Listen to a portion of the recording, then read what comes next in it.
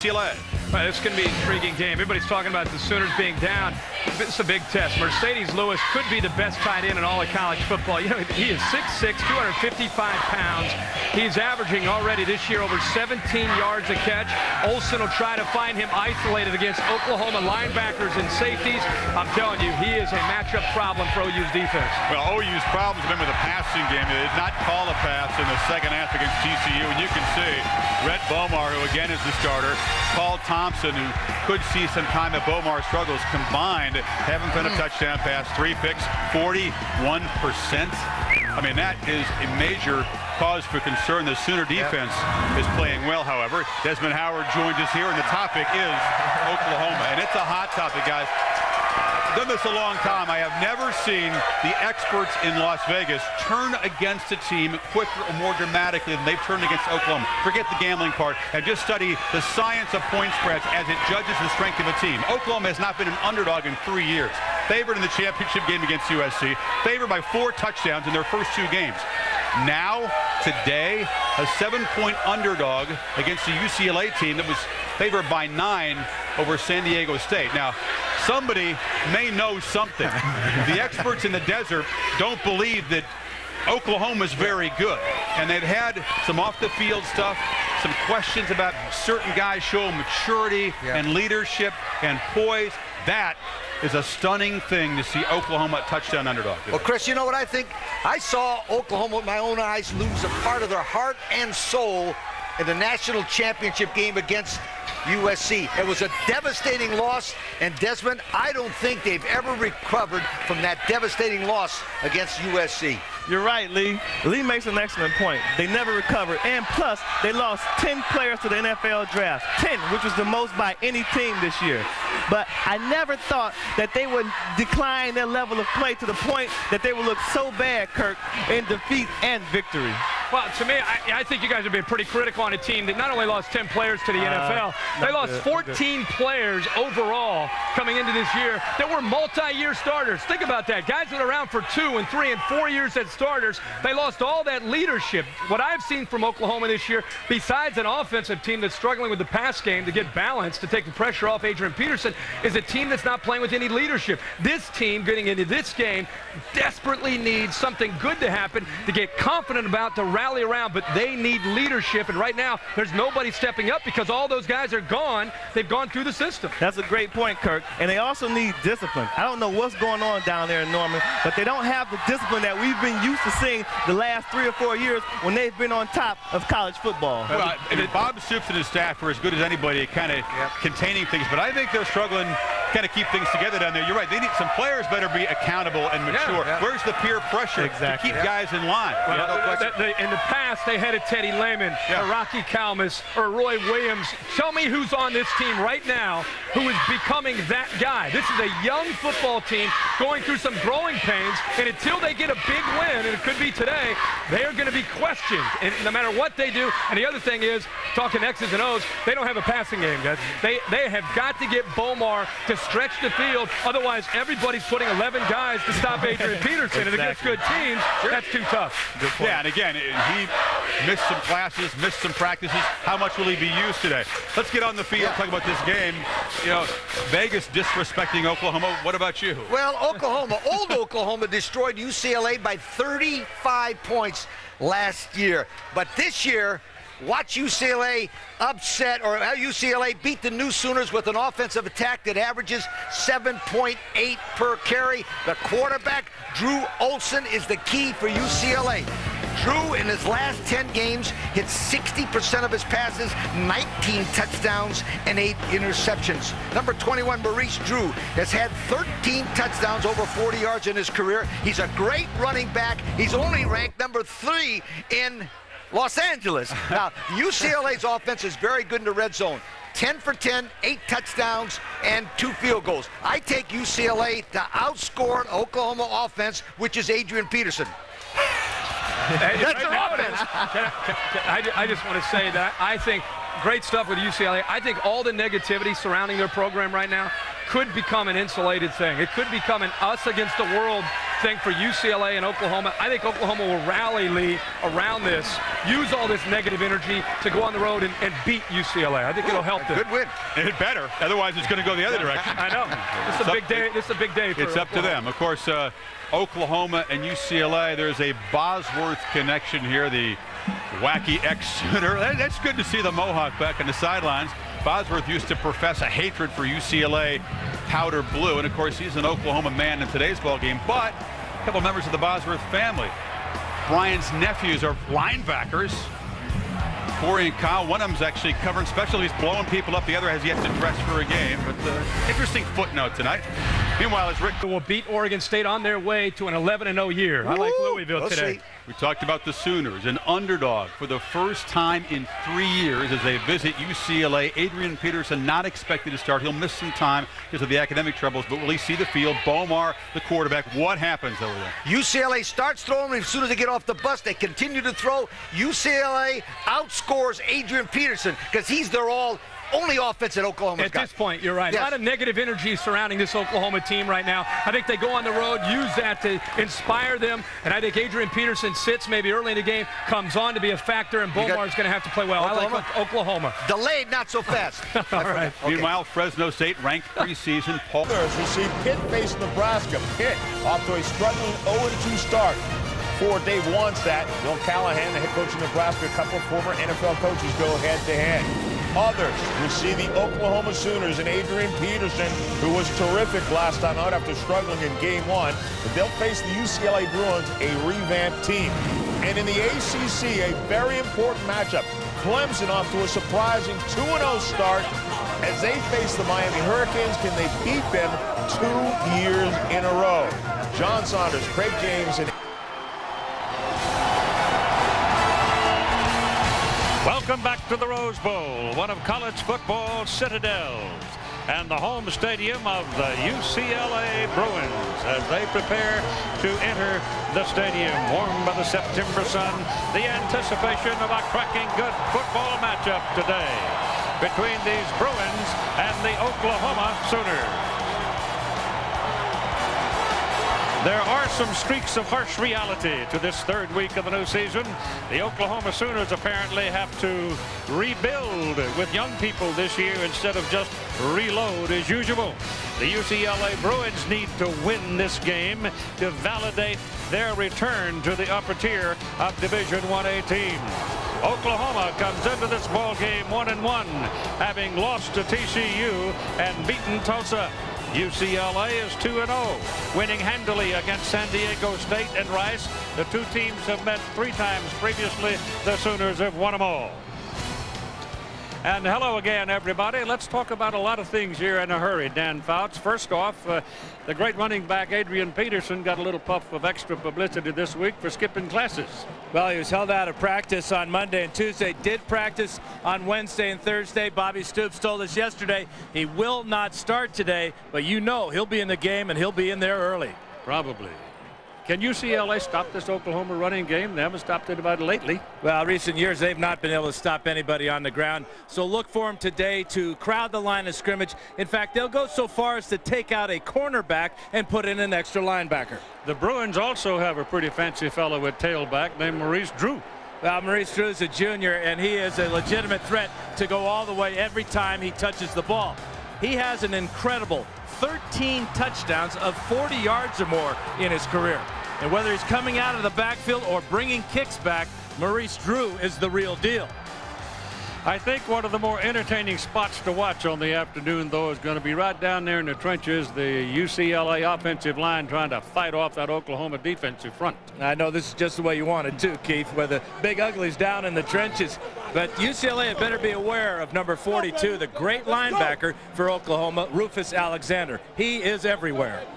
All right, back from his motor racing, let's join Todd Harris. Keith and Dan, you mentioned the off-field problems of Adrian Peterson of Oklahoma this last week. Well, the other star running back in this game, UCLA's Maurice Drew, had problems of a far greater impact. Last week at the Rose Bowl, while he was on his way to a career day of over 100 yards and 2 touchdowns, Maurice Drew's grandfather, 69-year-old Maurice Jones, suffered a fatal heart attack while watching his son play here at the Rose Bowl. Coach Carl Durrell told me it's the hardest thing he's had to do as a head coach, take Maurice Drew out of the game and tell him on the sideline what had happened. Drew left the Rose Bowl in the 4th quarter to be with his family at the hospital. So in honor of the man who drove him to school every day and even enrolled him in ballet classes to help with his balance, Maurice Drew has added his grandfather's name to the back of his jersey for the rest of the year. Now the Drew family may be short one member today, Keith, but he's certainly not forgotten. Thank you, Todd. Sometimes a personal connection like that does carry a great deal of meaning to the young. The weather today is just about perfect. It's in the low 80s, like I drink a cool water for these two teams. The Oklahoma Sooners come in boasting their usual tough, gritty defense. UCLA, on the other hand, is looking to move the ball, which they have done quite well against two relatively easy opponents. Bob Stoops now 7 years at Oklahoma. There you see his career record, and among those games include a national championship won and a national championship lost. Carl Durrell in his 3rd season at UCLA, and his record 14-13. But he thinks this is his best team since he took over the head job at UCLA. So we'll see. UCLA will have the ball first on offense because Oklahoma won the toss and deferred. Chris Marquis and Derek Williams will be the return people, and kicking for the Sooners will be Garrett Hartley. And the game is on at the Rose Bowl in Pasadena.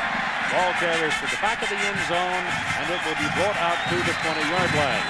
And for the UCLA Bruins at quarterback, it'll be senior Drew Olson, thoroughly seasoned, rehabbed from knee surgery of a year ago, fought off the challenge of Ben Olsen in fall camp, and looks primed to finish his time at UCLA in style.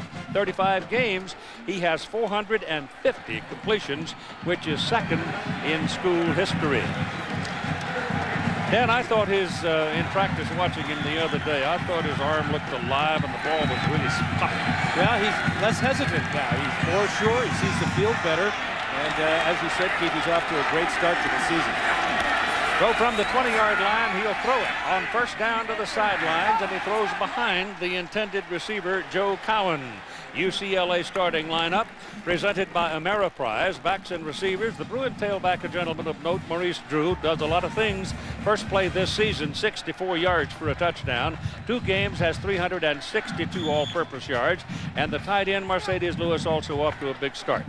The offensive line, like Oklahoma, a lot of youth, but there's a mountain at weak tackle. Ed Blanton, senior, anchors that group. He's 6'9", 330. The ball thrown sharply and good for a first down. Caught by Junior Taylor up around the 36-yard line.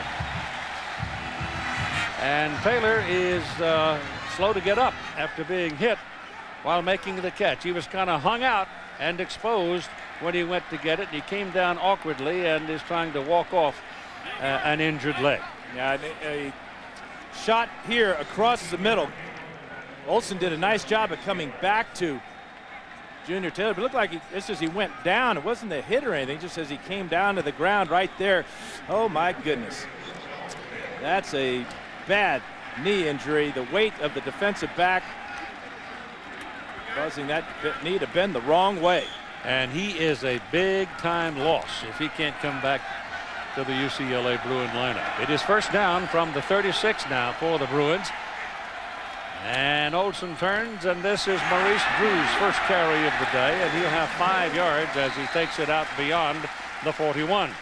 The Oklahoma defensive unit up front, the ground shakes with this crowd. They rage, led by defensive tackle Dusty Dvorak. He, like Aodell, right at 300 pounds, and they are disruptors. Good, tough group. Linebackers, Rufus Alexander, outstanding. Zach Latimer, good. Clint Ingram, hobbled, and Demario Pleasant starting today. Secondary, 3 sophomores back there. Onyegechia is the only senior. This is a blitzing defense. Pass completed. Again, thrown quickly and thrown sharply. This time it's into the middle of Joe Cowan's jersey, and he makes the catch. and move the chains. Another Bruin first down. And even though the Bruins may have lost Junior Taylor for this game, Cowan is an accomplished receiver. Mercedes Lewis is off to a great start. He has 9 catches on the year, and that tight end position is what hurt Oklahoma against Tulsa when Garrett Mills had a huge day last week. Now we got a different set. With a double back, we get a man in motion, and the man in motion is one of the wideouts with great speed. The ball thrown to this side, however, to Marcus Everett.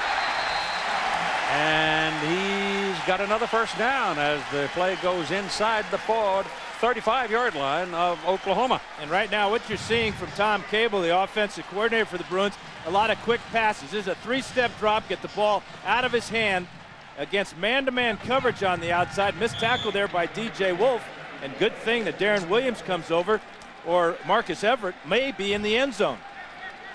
He too brings size and speed to the wide position. From the 34-yard line of Oklahoma, Maurice Drew carries for UCLA, and he's brought down right at the line of scrimmage.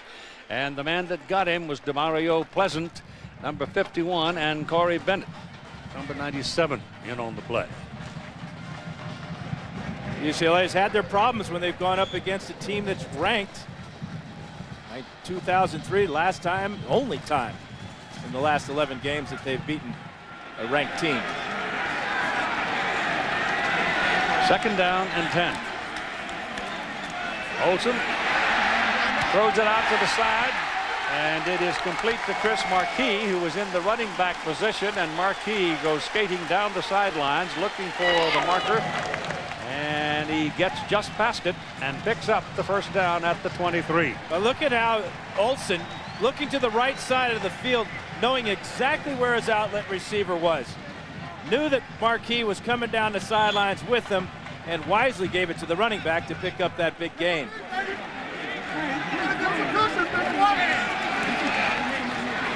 Throws it back. Chris Marquis in there right now in replace of Drew, Maurice Drew. Keith, the game plan today for Oklahoma is to, number one, complete a pass, something they didn't do last week in the second half against Tulsa. And then they got to find a way to shut down the great tight end for UCLA by putting Mercedes in the shop. UCLA is going to have to burn the blitz. Oklahoma will blitz 70 to 80% of the time and defensively try to stop the great Adrian Peterson. Michael Petrie, the fullback, is in the backfield now. He's a pretty good receiver, and the ball is handed away to Drew. And boy, I mean, the Sooners are looking for him. A moment now with John Saunders for an update in New York. Okay, from the Taco Bell update, San Diego State on the road against the Ohio State Buckeyes. First play from scrimmage, Kevin O'Connell goes to Brett Swain, who takes it 80 yards for the touchdown. Perhaps the Buckeyes still feeling the sting of that last-minute loss to Texas, 6-0. They missed the point after. Third down and 10 for the Bruins. Pump fake. Blitz is on. Ball is knocked out of the hands of the receiver Petrie by Zach Latimer, who just leveled it. And it'll be fourth down. Latimer has the fullback in man-to-man coverage. Right there, there's the fullback. Good pressure from the outside. It's a blitz by Reggie Smith, and then there's the blow-up by Latimer, a former defensive end who's settling in quite nicely at the middle linebacker spot. Justin Medlock is in for a field goal try of 41 yards to get UCLA on the board first. Plenty of leg on it. Missed it. Hooked it. Kicking with the left leg is pulled to the right side, and Medlock, who has had some trouble with arthritis in his knee area, jerked that one just beyond the right upright. So the game remains scoreless, and Oklahoma gets the ball next. The Oklahoma Sooners now will get the football for the first time today, and they will begin from their own 24-yard line after the UCLA Bruins miss a field goal from there. Quarterback is Rhett Bomar, redshirt freshman, getting his second start. Big guy, 6'2", 214. You may see him running some today. He was a very good running quarterback in high school, and he also was very good out of the spread or the shotgun.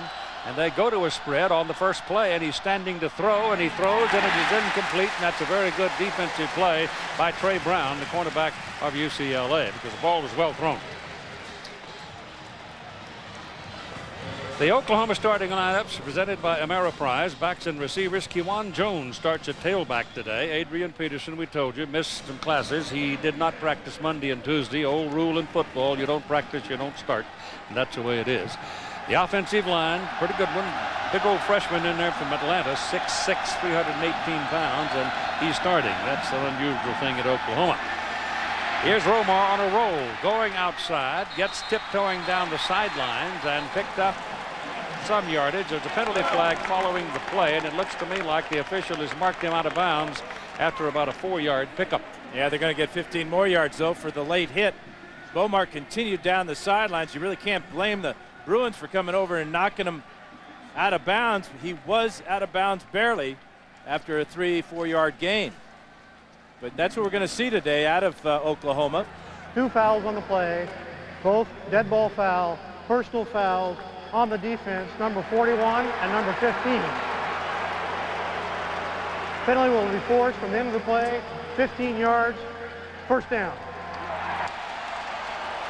So Cassell and Havener each got a call. Carl Durrell disputing the call that 2 men had fouled on the play. But he was out of bounds when the last man made some contact. Well, Cassell certainly got his money's worth. Not sure where Havener picked up his infraction. Doesn't really matter. You only get 15 yards. So that penalty plus the gain will move it out to the 43, where Oklahoma will have it. First down. You saw some of the speed of Bomar running the football on that last play. He's pretty quick. He'll hand this one away to Kewan Jones, and Jones will get to the line of scrimmage, and that's all. As the Bruin defense bowed its neck. It's young, too. At defensive tackle, Chase Maline's a true freshman. As a group, they're slightly undersized. Justin Hickman is the only upperclassman. Linebackers, they're pretty fancy at linebacker.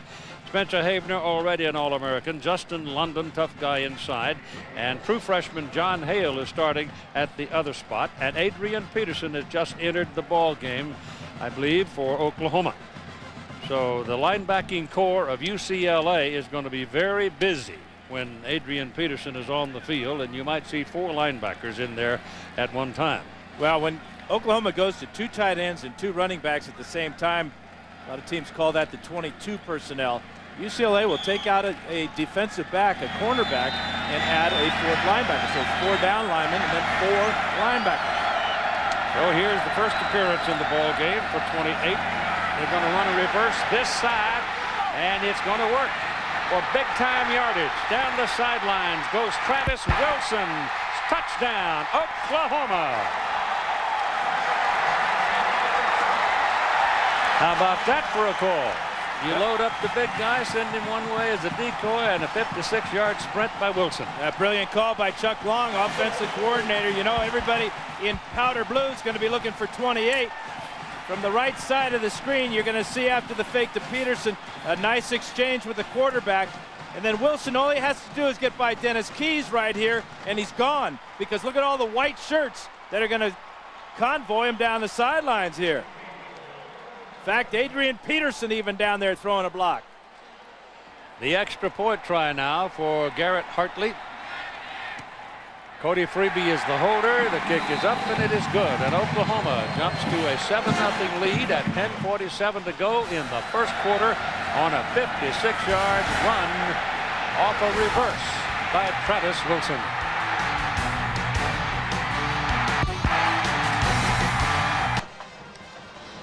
It is not so very often you see Adrian Peterson used as a pure decoy, but he was that time, and it certainly worked because Travis Wilson had all of his buddies helping him down the near sideline for 56 yards. Yeah, you might consider that play a gotcha. A gritty call, but they're out in the middle of the field. If you're going to try it, that's the place to try it. Chuck Long called it. And it came right after a personal foul penalty that gave Oklahoma that good field position. And now let's see if the Bruins can generate some response. The kick is high, Hartley. It goes to the goal line, and they're coming with it. It's Marquis. Boy, that's a collision at the 15-yard line.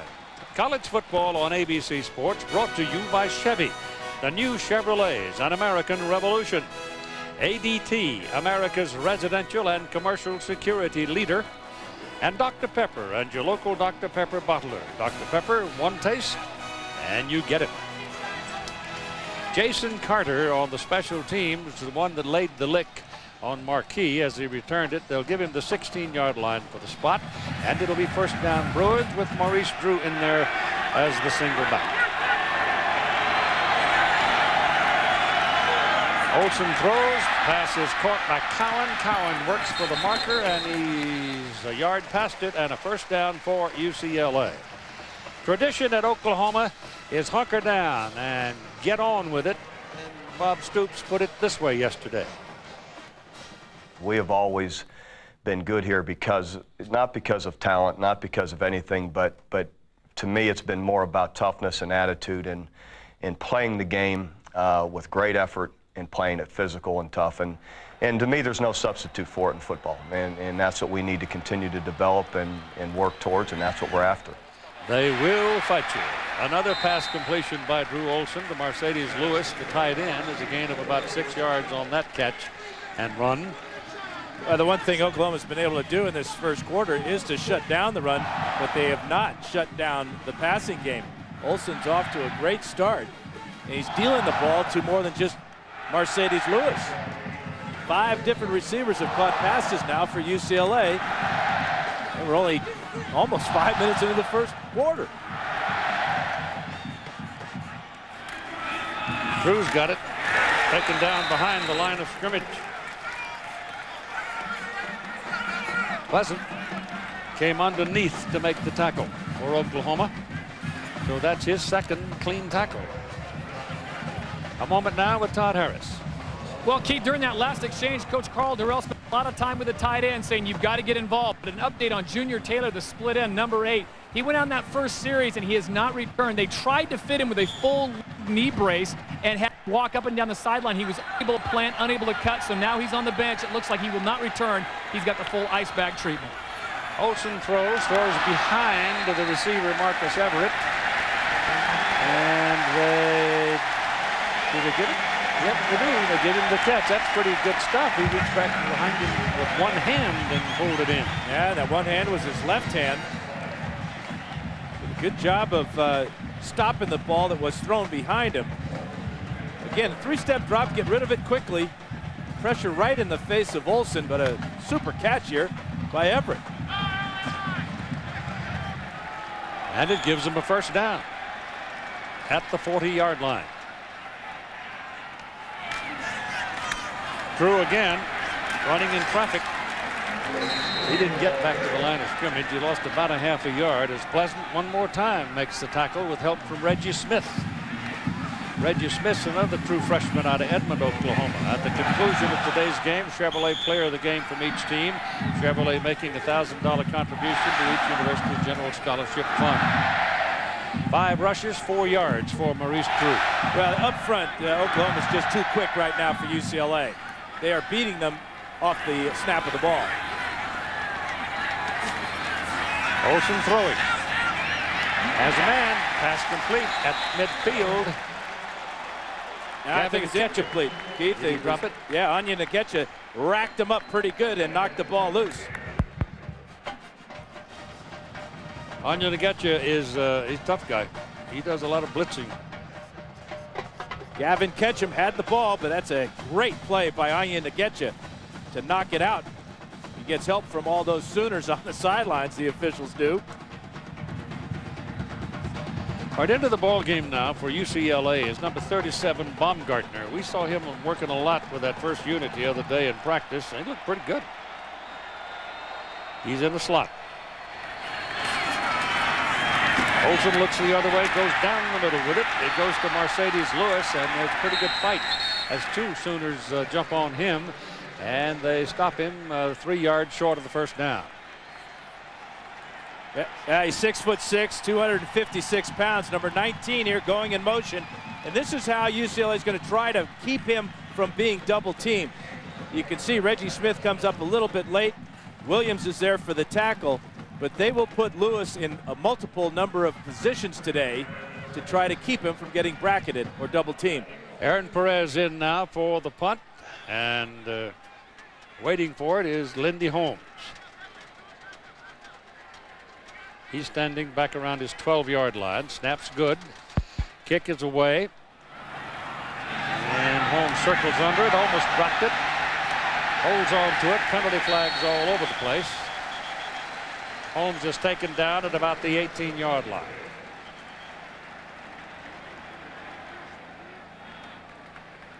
Jack Folliard is the referee. This is the same crew we saw last week work the Cal Washington game up in Seattle. Penalties against Oklahoma for a push in the back. Monday, ABC Sports, ESPN, and the NFL will join to help the victims of Hurricane Katrina with a Monday Night Football doubleheader throughout the evening and a special fundraising telethon. You'll have the chance to donate to relief efforts of our Gulf Coast neighbors who have so much need. At 4:30 Pacific, the Giants face the Saints, and then at 6, the Redskins meet the Cowboys, with the conclusion of the Giants-Saints game moving over to ESPN. And those of you in the New York Gulf Coast area will see the Giants-Saints game in its entirety before you join the Redskins-Cowboys in progress. That's Monday night starting at 4:30 Pacific on ABC.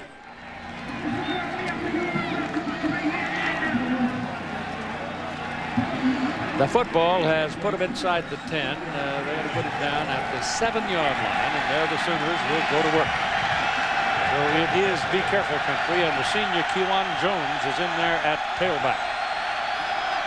They go out of the spread. Ball fumbled by Bomar. Down on the goal line. Could be a safety. The line judge is coming in saying that he was down before the ball and he went into the end zone. Stephen Kovac is the line judge, and he came in right away pointing to the ground, meaning that it is not a safety. But it was almost a disaster.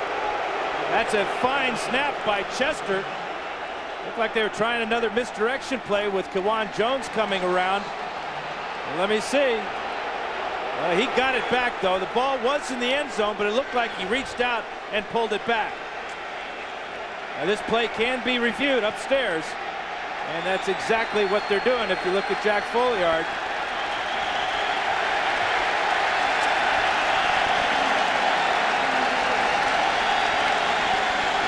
It'll take a minute, but we've got some pretty good views of the play, and the one from up high I think will be the most meaningful one. But here's the first one. He reaches into the end zone, pulls it back. He's on his knees about a foot away from the goal line. I think that's an excellent call by the line judge. That's the 5th fumble this season by the freshman quarterback. And really, that's just a case of nerves. You're backed up almost to your goal line. I don't like this call, putting him in the shotgun, just because of this reason. If you have a bad snap or a drop snap, it can be a disaster. He pulled it back. He pulled it back before contact, and as you said, Keith, doesn't matter about the contact. His knees were on the ground. Yep.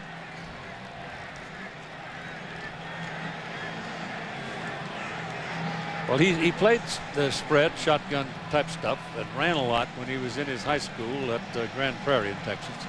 He incidentally is one of 48 Texans on the Oklahoma roster. And offensively, you'll see him in the shotgun a lot today because of that. And also, they want to run some of that quarterback read game where they option off the defensive end, something that Bomar feels very comfortable with. And when you're struggling throwing the ball, coaches have got to find a way to keep this guy, number 7, comfortable. So you go back and find out, what do you like to do? What have you had success with in the past? And you run it.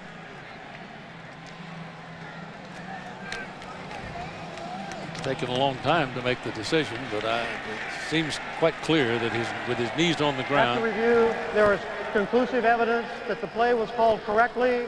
Second down. That's right. It was called correctly. But now UCLA has to take advantage of this, regardless of getting the 2 points or not. You've got Oklahoma where you want them. 99 9/10 of the way yards away from the touchdown. And second down and 16. Bruin players asking for a little help now from the faithful down in that end of the football field, and they respond with some noise. And you've got Runnels and Peterson in the I formation. If that was Owens Field and Norman, they'd crack the crystal.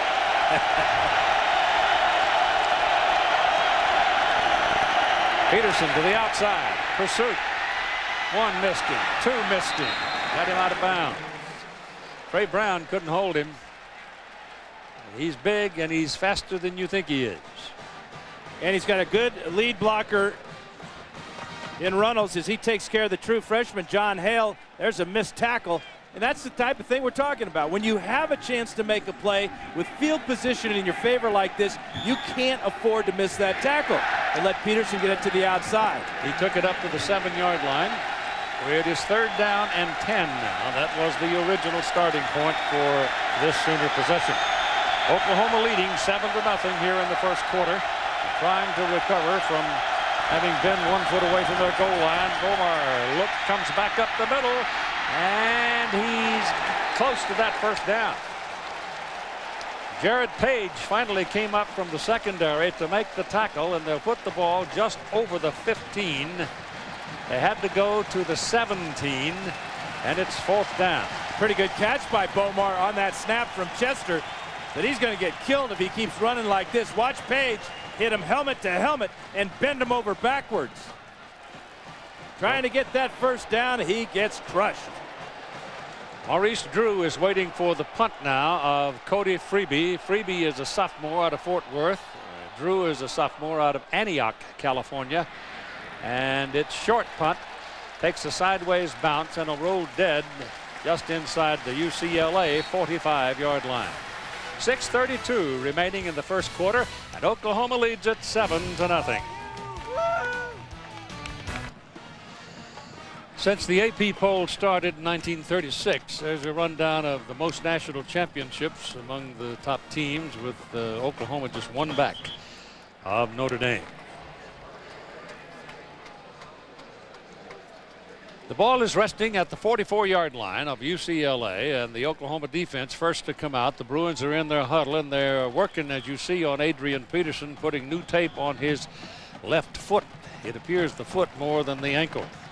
Well, if you look at where they're putting that tape right there, it appears it might be a case of turf toe. Could be. Boy, is that painful. Olsen moving. Throwing, incomplete. Led his man too much. Joe Cowan. Now a moment with Todd Harris. Dan Fouts, can you believe this? We got 2 Keith Jacksons in the house. Unbelievable. Who is the real Keith Jackson, Keith Jackson? Well, I can become the real Keith Jackson if Keith Jackson quit working. But as long as he keeps working, they said there can't be 2 Keith Jacksons in show business at one time. And so he still has the name. I'm going to get it sooner or later. Now, you need to retire so I can start working on TV. Keith, he's doing radio tonight for the Arkansas Razorbacks. They play the USC Trojans. Tell me about your Sooners. What are you seeing? Well, when you watch the Sooners, you know, they did drop one earlier, but they're playing physical today. Everybody's saying the Sooners are not as physical, but they are playing very physical. A team that lost so many guys last year to the pros. Some of the young guys on the team are trying to learn their positions. They're going to get better and better as the year goes on. You and Dan Fouts in that exclusive club. I like the hat. Congratulations and good to see you. Well, tell Dan I can catch a ball from him if he comes down here. All right. Keith Jackson, the first. All right, thank you. Good to see him again. Good guy. And a heck of a football player. Yeah, I'm not sure I can throw it far enough to get it to him, Keith. Third down now, and 8 for UCLA. They still can't get much on the ground. The ball is thrown high. There was pressure on him. That was a sideways pass. And Maurice Drew runs it out of bounds. They call it incomplete. There was just enough forward motion. So it's a quick 3 and out for UCLA. Well, they've run the ball 7 times. They have 5 yards to show for it. This is the third of that 3 and out. C.J. Ayu with the good pressure. Sometimes it's not so much getting in the face of the quarterback, but getting up high and forcing the throw to be off target. Perez in for his second punt. Lindy Holmes is waiting for it. Last time, the Sooners had some penalties for illegal blocks. This is a low kick. A spinner. Holmes comes up. Fumbled the ball. UCLA's got it inside the 20-yard line. You could see that ball never turned over, and he was backing up on Lindy Holmes, and he tried to track it down, and he never did get to it.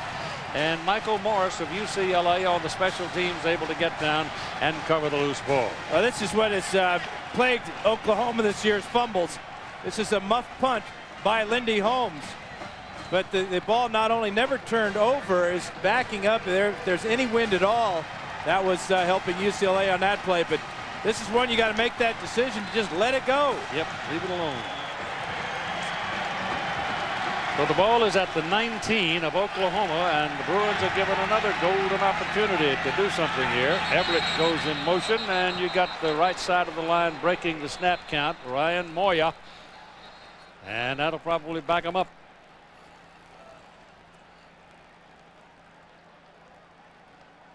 Pretty clear UCLA was offsides. Question was, were they induced by the Sooners? There's no foul on the play.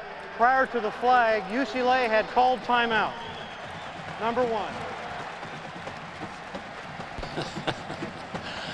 Well, whatever. Terrell wants to know who called that timeout. Yeah, who did that? Who did that? Send him over here so I can talk to him. We'll take the timeout too.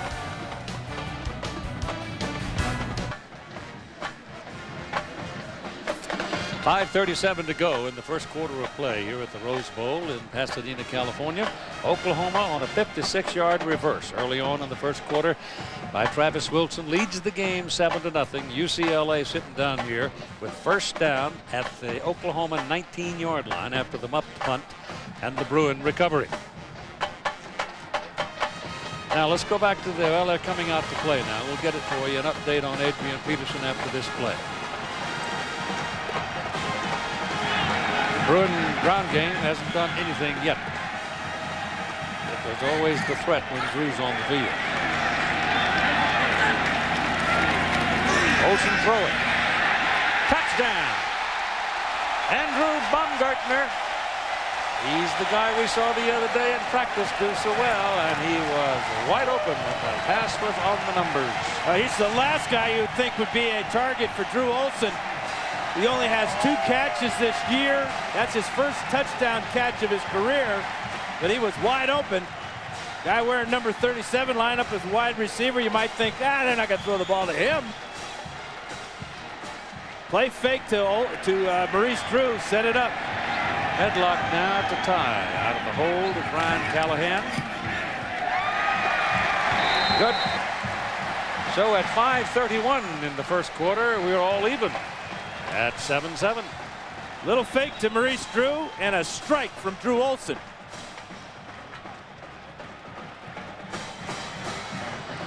DJ Wolf was the man that banged into Baumgartner, but turned his back on him and scored the touchdown. This offense is working with the pass so far in this first half. Having real trouble getting any run started, but if Drew Olsen could continue to distribute the ball to all these different receivers, there's 6 receivers now that have caught passes. Baumgartner catching his first and taking it in. But now the Bruins can pick up their Dobra just a tad and feel better about themselves. As we are in a 7-7 tie, and the temperature, as we told you, is probably with this much sunshine, haze going away, we'll get into the middle 80s down on the field. Yeah, the haze is going away and the smog is setting in. Todd, what? Well, we're still waiting for Todd's update on Adrian Peterson. It'll be interesting to see if Peterson comes out for this next series. Will.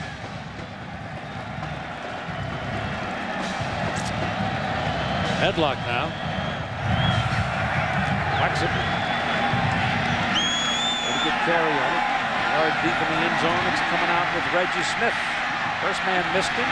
Penalty flag goes down. Smith's got daylight on that sideline. These guys are hard to get when they get some space around them. And let's see about that yellow flag lying in his wake. It's going to be another long field for UCLA, or for Oklahoma rather. Bobby Stoops not happy. This ball is going to be backed up inside the 10-yard line to start this next series.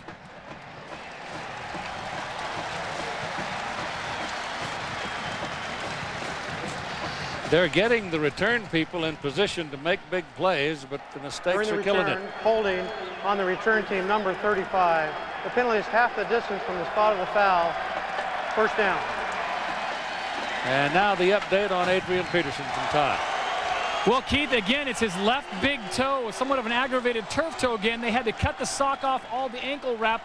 They said he's going to be fine. They just retaped it. He's ready to go. He's in the huddle, and he'll come out with his teammates, and they'll pick up the ball at the 7-yard line. First down at 5:22 to go in the first quarter. And remember, it's his left foot. So look for him to avoid having to cut off that foot.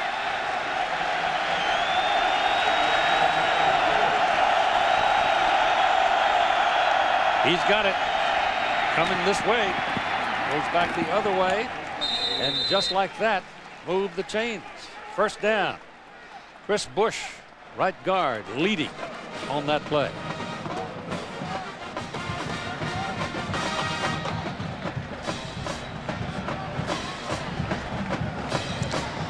So he picks up 10.5 yards on that carry.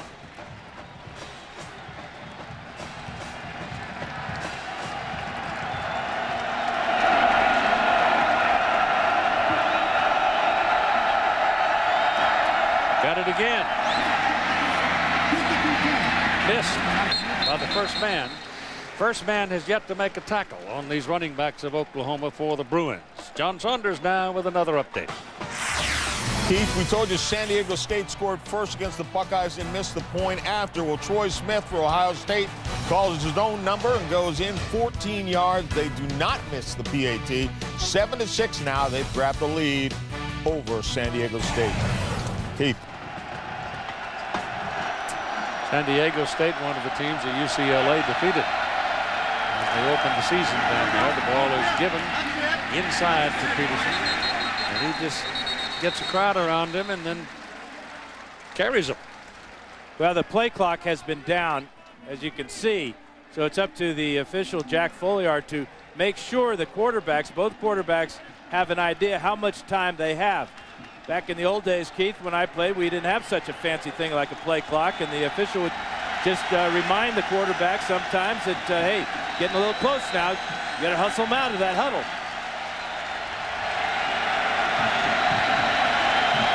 Not a single yard passing yet for the Sooners. In almost 3 quarters. Omar working out of a shotgun. Goes down the sidelines, and that is out of bounds, incomplete. Out of bounds. James Moses over there running under it. Jared Page covering on the play. They just got a feel for Brett Bomar. This ball is not a spiral. It's kind of wobbling, so it sails a little bit too far. Had his man. Excellent call by the officials as that right foot comes down out of bounds.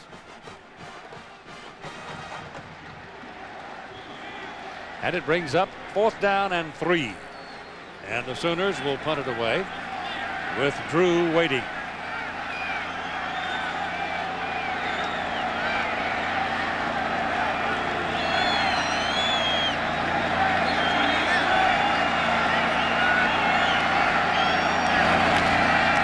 No pressure. Oh, that's a beauty. A lot of air under this one. And it goes out of bounds. So they don't want Maurice Drew to get his hands on that thing.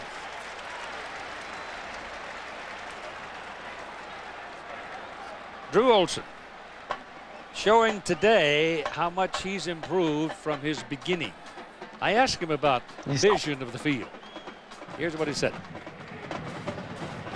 You see about 55 yards now. I think before you see about wherever your #1 target is. Now it's, you know, it's great. You could go back there if 1, 2 is not there, you know you got 3. And so, you know, just having that in the back of your mind is awesome. And he's been practicing it very well so far. Dropped the ball. Fight for it underneath. Sooners say we got it. Nope, they don't. You can see the official right there saying down, he's down. UCLA ball.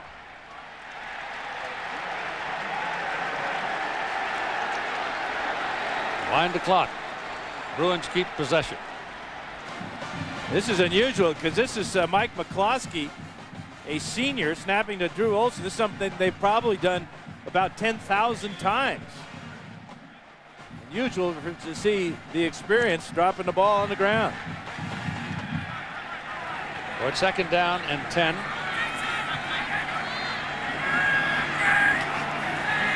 Throwing. Short. Drew.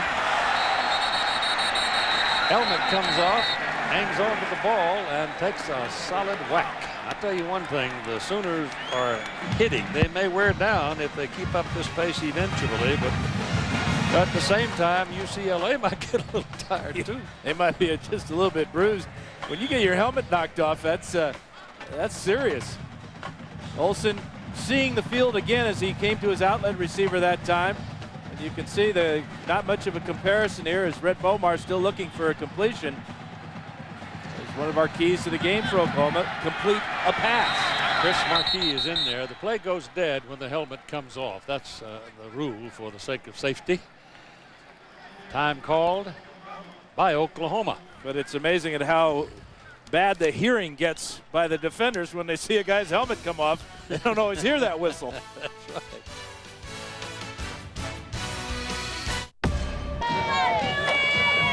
We're in a tie game at the Rose Bowl between Oklahoma and UCLA. 2:14 to go in the first quarter. Sooners called the last time out, and the water bucket got on the field in a hurry. These two teams started their fall camps, and both of them were living and working in mid-90-degree temperatures, so mid-80, not going to bother them much. On 3rd and 8, Drew is in the backfield. Drew Olsen is throwing. The ball is batted down and incomplete, and UCLA will have to kick it away. Rufus Alexander looked like the man to get his hand on it. Now, Rufus Alexander is everywhere. He's the smartest defender, according to Brent Venables, the defensive coordinator. Thinks of the game and coaches from a coach's perspective. And when you have that as with an athlete as good as Alexander, you get plays just like that. UCLA now 1 for 5 trying to convert on 3rd downs. Jawan Jenkins is deep as Perez settles in to punt. This will be his 3rd of the day. Oh, this is one that can be run back. It's a low line drive down to the 18-yard line. First man misses Jenkins. Second man missed him. Third man got him, but he's all the way out to the 33-yard line where it'll be 1st down for Oklahoma. TV Guide calls Invasion TV's best new drama. Something happening to a family that'll change their lives in ways they never imagined, and it's not what you think. Invasion begins Wednesday night at 10 Pacific. It follows the season premiere of Lost, only on ABC. This is the best starting field position for the Sooners, and you wonder how long will Stoops go with Rhett Bomar, or will he try the 2-quarterback system and bring in Paul Thompson? Thompson is ready to go, but he hasn't exactly set the world on fire himself. And he started the first game for him. Ball is handed away, and it fumbled. Bruins have a shot at it. Oklahoma, I think, may have been able to get to it. Let's see. As they unwrap them.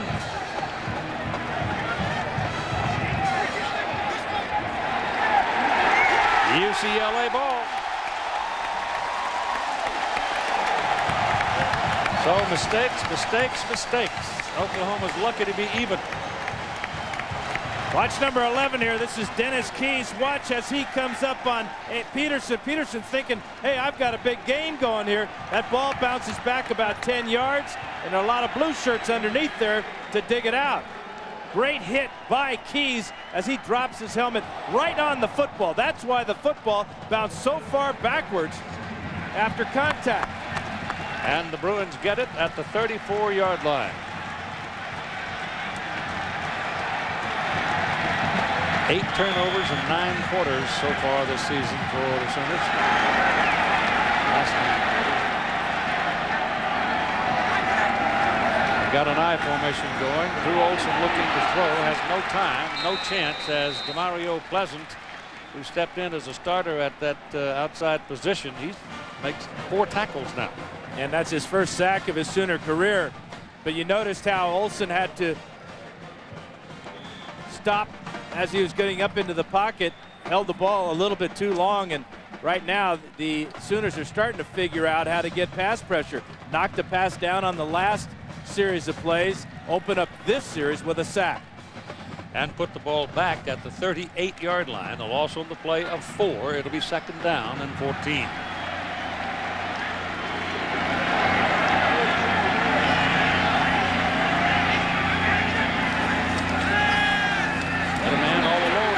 Sidelines. That's Everett. Everett got away from the first man and is close to the first down marker. Looks like he may be a yard or so short. And that's really good job by Olsen reading the coverage. He saw the blitz was coming. And although he dropped the ball out to Everett on the outside, Everett pretty good at this little move to get extra yardage down the sidelines. Mercedes Lewis on that play was wide open going down the middle of the field. Everett's a sophomore, 200-pounder out of West Hills, California. 3rd down and 1. They haven't done anything on the ground, but they try again, and they're not going to get it. I mean, he just smothered. He never saw the line of scrimmage. Corey Bennett, the first to hit him.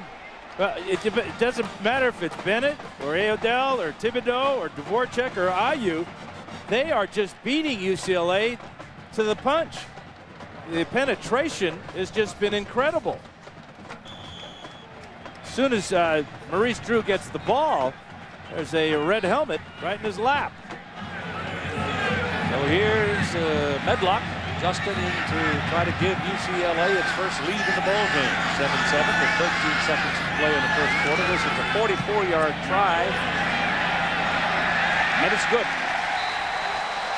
It's good, and UCLA goes on top 10-7, and they did it because of another Oklahoma mistake. A fumble, ball knocked out of Peterson's arms by Dennis Keys, and the Bruins get some points out of it. 3.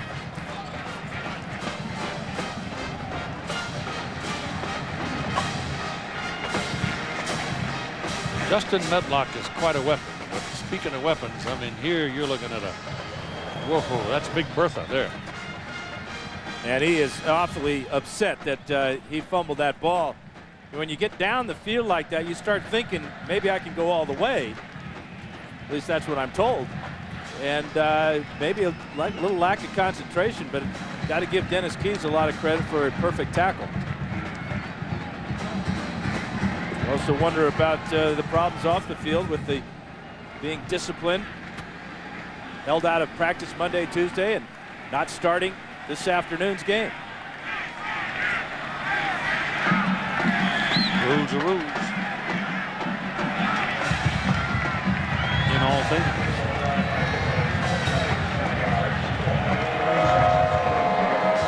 Medlock now will kick it off. 10-7, UCLA leading.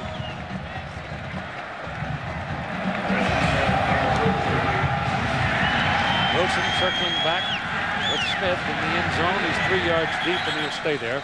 It'll come out to the 20-yard line. First down. Carl Durrell wants to get his team to the next level. He wants him in that top 25, if not the top 10.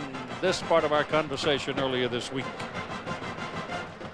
Games like this, you have to have some continuity and some ability to create balance or control the line of scrimmage. You know, you got to have a defensive line that can do the same and an offensive line in the caliber of opponent like an Oklahoma or any other of those top programs in the country. So we feel we're on the verge of doing some great things, and it's a matter of time for us to get ourselves in the same line.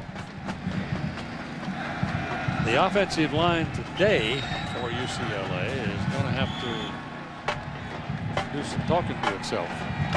They have not been able to handle the defensive front of Oklahoma. They have not been able to move the ball at all on the ground.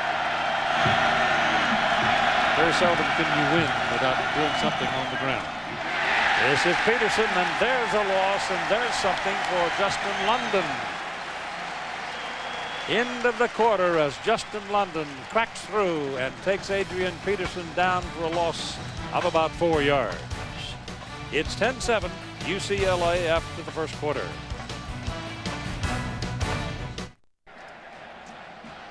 Justin London, the linebacker, a very steady presence along that defense for UCLA, making the tackle on Adrian Peterson for a 3-yard loss.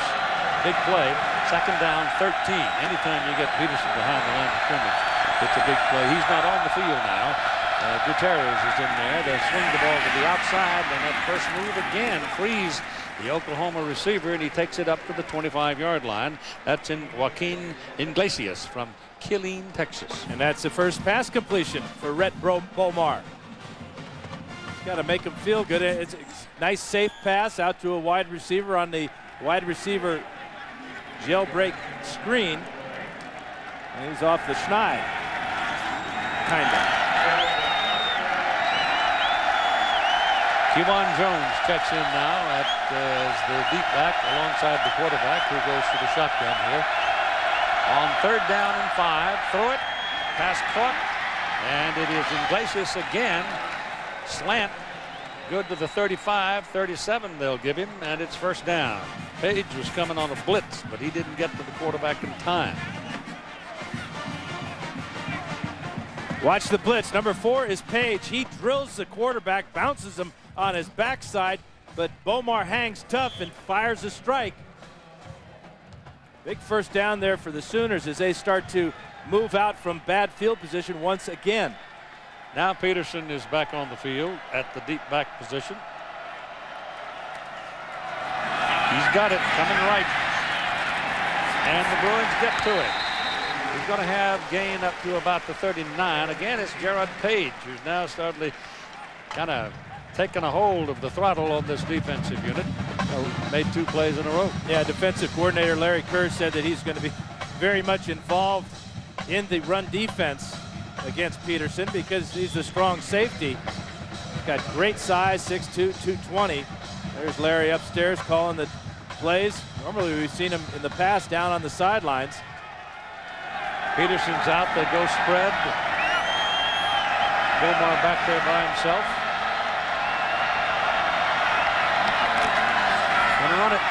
Quarterback draw, just pulled it down and took off like a tailback in an old single wing, trying on 3rd down and 5 to get that, or 2nd down and 8 to get that 1st down. And the mark is well upfield, but London may have stopped him just short of it. Yeah, huge hold there. Nice job by Chris Chester up in front there as center. The converted tight end from Tustin, California, doing a nice job there. You can see Bomar starting to get settled in a little bit, completed a couple of passes on this drive, and now he gets a nice gain on that play to bring out the chains. Nothing like running the ball to get your jitters under control.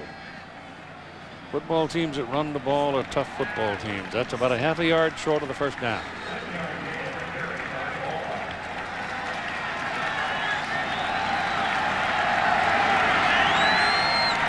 UCLA's run offense, 10 attempts today, negative -1 yard. Wow.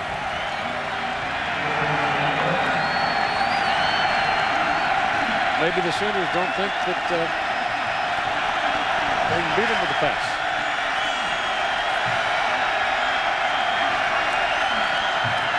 There's the try for the 1st down. That's close. That was Peterson. He slammed into the middle, and 2 Bruins hit him. Full throttle. Justin Hickman, one of them. The other one was London. Yeah, check out the middle linebacker, number 9, Justin London, standing next to Spencer Havener.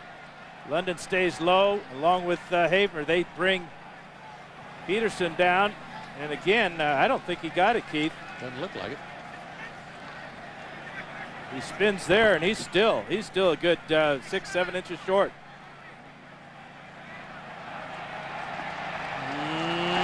That's close. It's 6-7 inches. That's what I said. I heard you. Well, last week the play of the game for the Sooners was this 4th down and 1 in the 4th quarter. Peterson ran all over Tulsa on his way to a 41-yard score, and the Sooners went on to win 31-15, and they're going again. They need about a foot. Bomar pitches. Peterson's got it. And I think this time he may have it. London again on the tackle for UCLA. So Justin London's been involved in the last 5 tackles.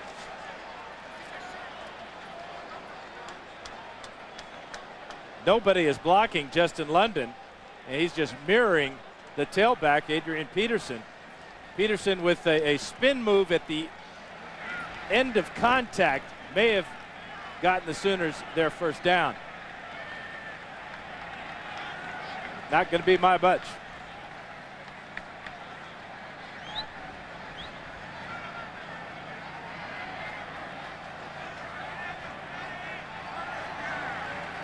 Length of the ball.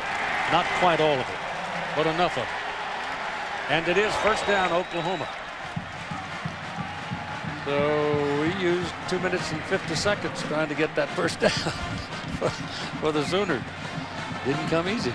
Yeah, you can't blame London for going low on Peterson. You've got to wrap his legs up because if you go high, he's got the strength to knock you off and go the distance. But because London went low, Peterson's strong enough to twist and turn and pick up that first down. He didn't get any help on the top level, did he? Nope. Well, here are the Sooners first down at their own 47-yard line. Some pressure, the ball thrown downfield, and it is caught, looks like. Travis Wilson goes up and beats Marcus Cassell and makes the catch. Now Wilson's got 3 inches on Cassell. This ball is going to float for an eternity for Wilson. Look at the ball way up in the air. That's just a great effort. Cassell was right there, but the strong hands of Travis Wilson hauled that ball in. As you can see, Cassell was trying to knock it down with his right hand. Great play by the senior wide receiver for 27 yards, Travis Wilson. 2 big plays for him today. First down at the 26 now for the Sooners at the UCLA 26. They trail by 3. They're looking for the lead. The 10-7 ball game goes to Peterson, bouncing to the outside. And coming across to make the tackle is Jared Page. But he got something out of nothing because he bounced off the block of Chashon and took it down to the 20. One of the Bruins' best defenders, number 41, is Spencer Havener. He's got over 300 tackles in his UCLA career, but he gets taken out of the play by J.D. Runnels.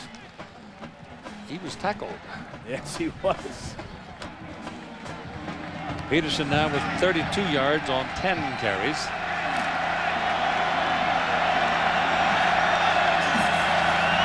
Got dumped, flip it outside. It comes to Gutierrez. Gutierrez is inside the 15. That will be another Oklahoma first down. That had the old wishbone look to it, or the option stuff in it, as he faked it to Peterson, which you have to respect, and then he flipped it out to Gutierrez. There's the fake to Peterson, and it's a little, that's that quarterback run game that the Sooners want to get Bomar involved with. That last tackle, the very first of the game for Spencer Havener. Ball is on the 13-yard line, and we've got a timeout. It is charged to UCLA. Adrian Peterson's having a bit of a hard time today with his legs and his feet. Todd Harris with an update. Well, Keith, earlier in the game, he came out and they actually removed his football pants and worked on his right hamstring. Now, whether it was a cramp or a pull at that point, we weren't sure. But after that last play, he asked to come off. And Jerry Schmidt, who is the strength coach, who's one of the best in the business, has him doing a series of hamstring stretches. So we'll have to keep an eye on this, whether or not it's going to affect him the rest of the game. Keith? All right, Kevon Jones replaces him, and Bomar gives it to Jones. And Kevon looking in the middle. He doesn't have the power of Peterson, but he is very quick. Second down and 10. Yeah, he's no slouch. The senior has scored 32 touchdowns in his career. He's gained over 2,000 yards, but he's not as big as Peterson. He is only 190 pounds. Peterson goes about 220. Onyenagetche, the defensive back for Oklahoma, also was down on the ground a minute ago, trying to get some cramp out of his left leg. Ball is on the 14-yard line, second down, 11, and Hickson is in there, number 35 for Oklahoma now on the left side of the quarterback. He gets the ball, goes right up the middle, nothing fancy, just hammers away to the 10.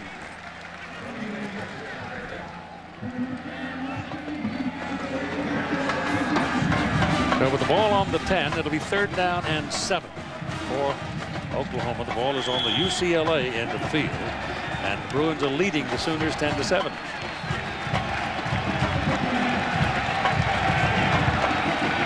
New people coming onto the field for the Bruins.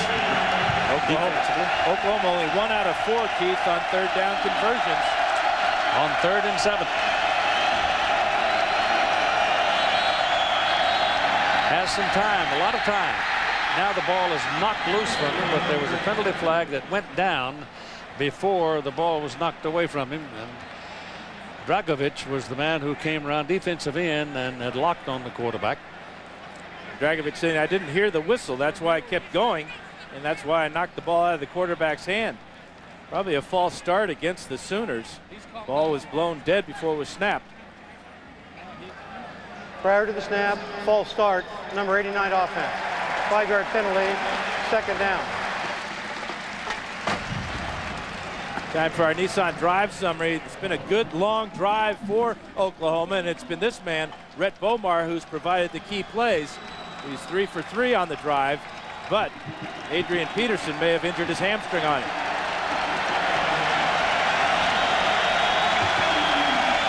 Peterson's coming back. On 3rd down and 12 now, with the ball at the 15-yard line. Peterson's come back on the field. He's back there with Bomar. Bomar looks to throw. Gets it away into the end zone. It is incomplete. Intended for Quentin Chaney. All right, that ball should have been caught. That was a fine throw by Bomar. Chaney, a redshirt freshman, just couldn't quite haul it in. This is part of the problem Oklahoma's had this year.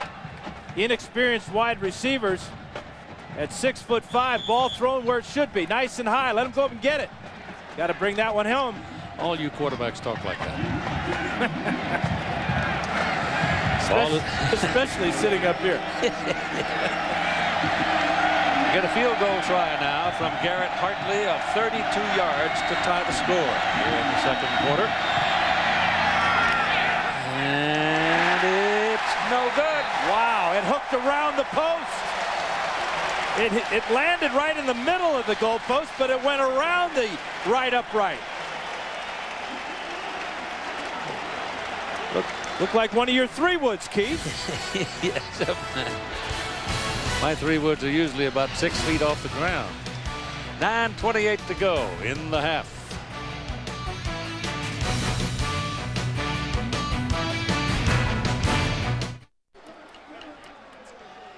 It's a Bruins pep band. They're not in school at UCLA yet. Classes have not started. It's got cool uniforms, though. Yeah.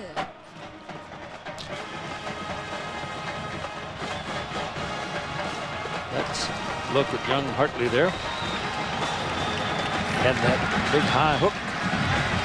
Looking just beyond the upper. Bruins coming out from the 20. Throw it to the outside. Got a man over there wide open.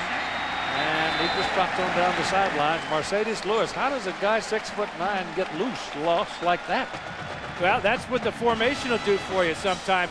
You move them around, you get them out wide, and man-to-man coverage, sometimes it just gets lost. That's just real heads up by both Lewis and his quarterback Olsen to see that and pick up a huge play on 1st down. He got 20 yards out of it. Chris Marquis is in the backfield now for UCLA. Marquis cuts it back into traffic, and that may be the biggest run of the day. I guess Maurice Drew had 5 yards on his first carry, and now Marquis picked up just about 5, maybe a little less. Marquis is a solid backup running back for the Bruins. Had a huge game in Eugene last year when Maurice Drew was injured. Mike McCloskey, the center, has come off the field for UCLA, shaken up. Aaron Meyer is listed behind him, a freshman out of Luling, Louisiana, which is also where Chris Marquis comes from.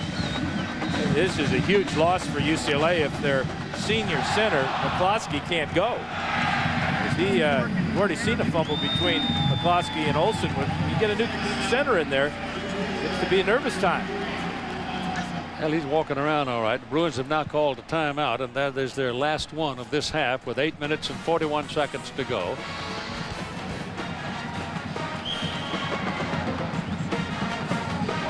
And they will take the timeout. And we're off across the country to John Saunders. Key for the BCS Spotlight game presented by ADT Update. Clemson against Miami. Miami scored first on a field goal, but that's Charlie Whitehurst, 8 yards to Cole Downer. 7-3 is the lead, and Clemson with the ball now marching again. Back to you, Keith. Yeah, Tommy Bowden's kind of quieted the thunder and lightning in South Carolina right now, hasn't he? He has a way of doing that, doesn't he? Always seems to be in trouble. Yeah, well, he's Gets out of it. Having Steve Spurrier come in, you know, is probably giving him a little more breathing room too, because Steve stirs up the milk. Time for our Pacific Life game summary. OU got off to a great start on Adrian Peterson's first play of the game. They're going to fake the ball to him and give on the reverse to Travis Wilson. And he's going to take it 56 yards for the touchdown.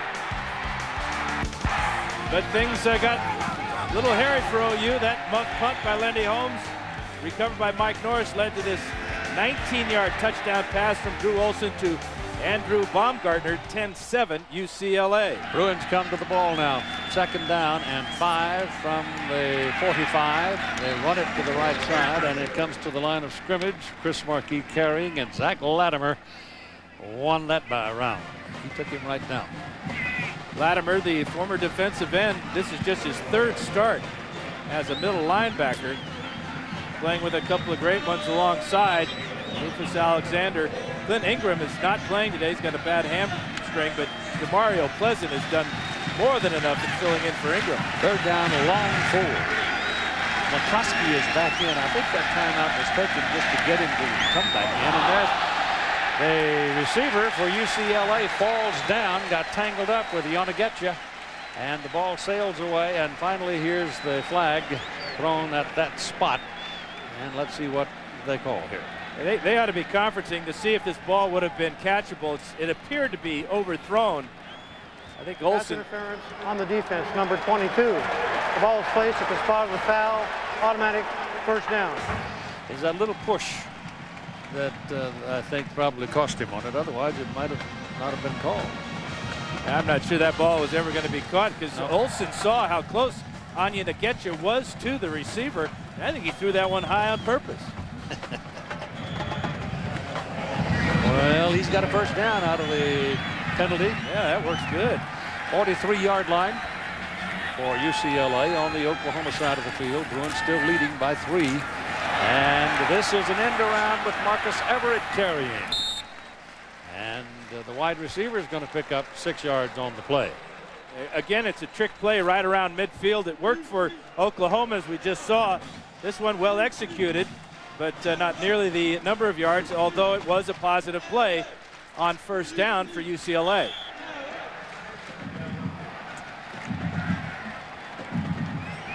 They're searching through the playbook. Tom Cable. I'm sure that Tom's had a lot of conversation with that offensive line, too. That's his baby. Second down. Short 5. Olsen throws it off the hand of Mercedes Lewis. Trying to move the pocket is Tom Cable. Sooners had been zeroing in on Drew Olsen in the classic drop back spot, but they roll him out this time. He has a clear throwing lane to his big tight end, and Lewis can't get his other hand on that ball, but he's got what he wants. Single coverage on strong safety, Darian Williams. Drew is in at the single back. Maurice Drew. Olsen throws it again, throws it very hard and misses Everett. He was trying to get him just past the marker and drill the ball into him, and he couldn't do it. Now time for this week's Aflac Trivia question. Who was the only UCLA Bruin to be selected first overall in the NFL draft?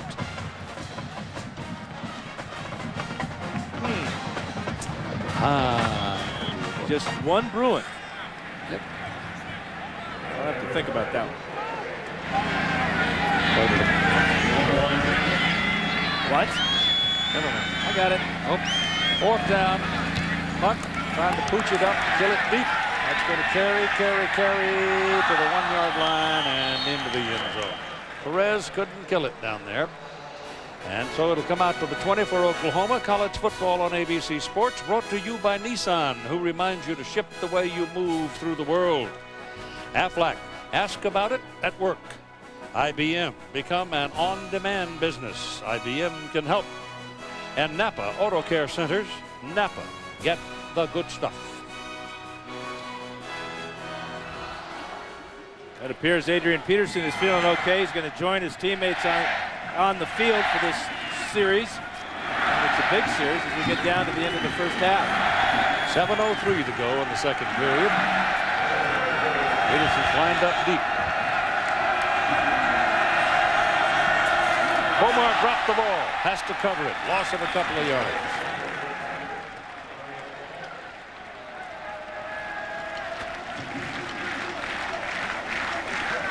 Appeared the ball came up short to Bomar from Chris Chester. Remember, Chester used to play tight end. That ball never got off the ground. Never got off the ground. Slipped out of his grasp before he could get it up to the quarterback. Chester comes from Tustin, California.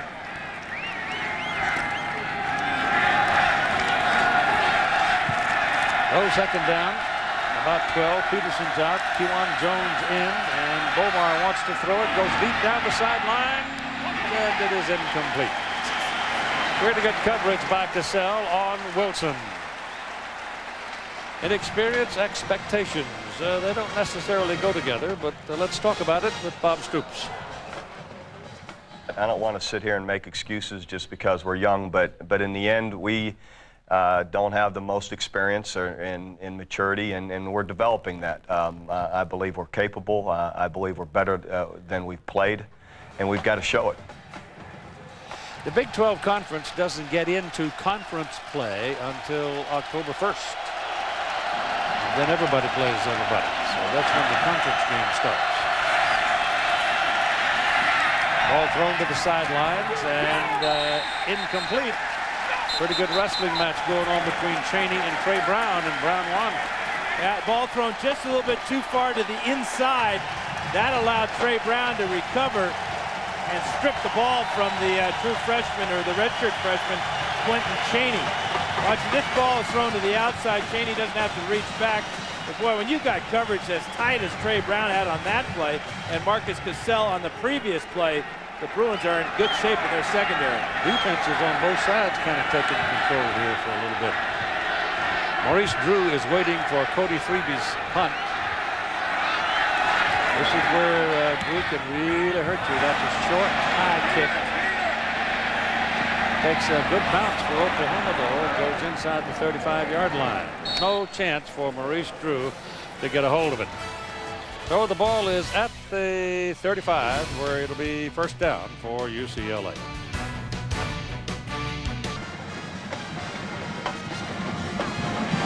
Uh-huh. 6 minutes and 1 second to play. Ball is on the 35-yard line. Now belongs to UCLA. They're into the field, and they lead by 3 points, 10-7. Sooners have had the greatest share of mistakes today with dropping the ball, turnovers, and things like that. Penalties. And the game remains pretty tight. That ball's thrown across the field by Drew Olson, and it's very clear, it's very near the first down marker over there. It's Marcus Everett who's having a big ball game. Junior Taylor, who starts at that position, was hurt early on in the ball game on the first pass, actually, and has not returned. Looked like he hurt a knee. Good first half for Drew Olson. Has yet to throw an interception. In fact, UCLA has yet to turn the ball over in 2.5 games so far. I'm sure that Bruin fans are saying, shut up, you're going to jinx this, but those are the facts. 4 catches and 49 yards now for Everett. Little quick one over to the sidelines. That's good for the first down. He was a half a yard short. Everett again.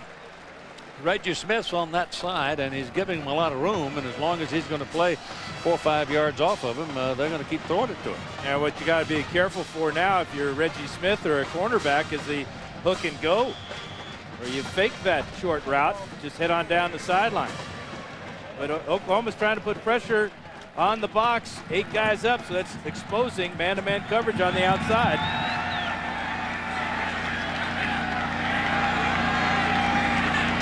First down just short of the 49. Here goes Drew.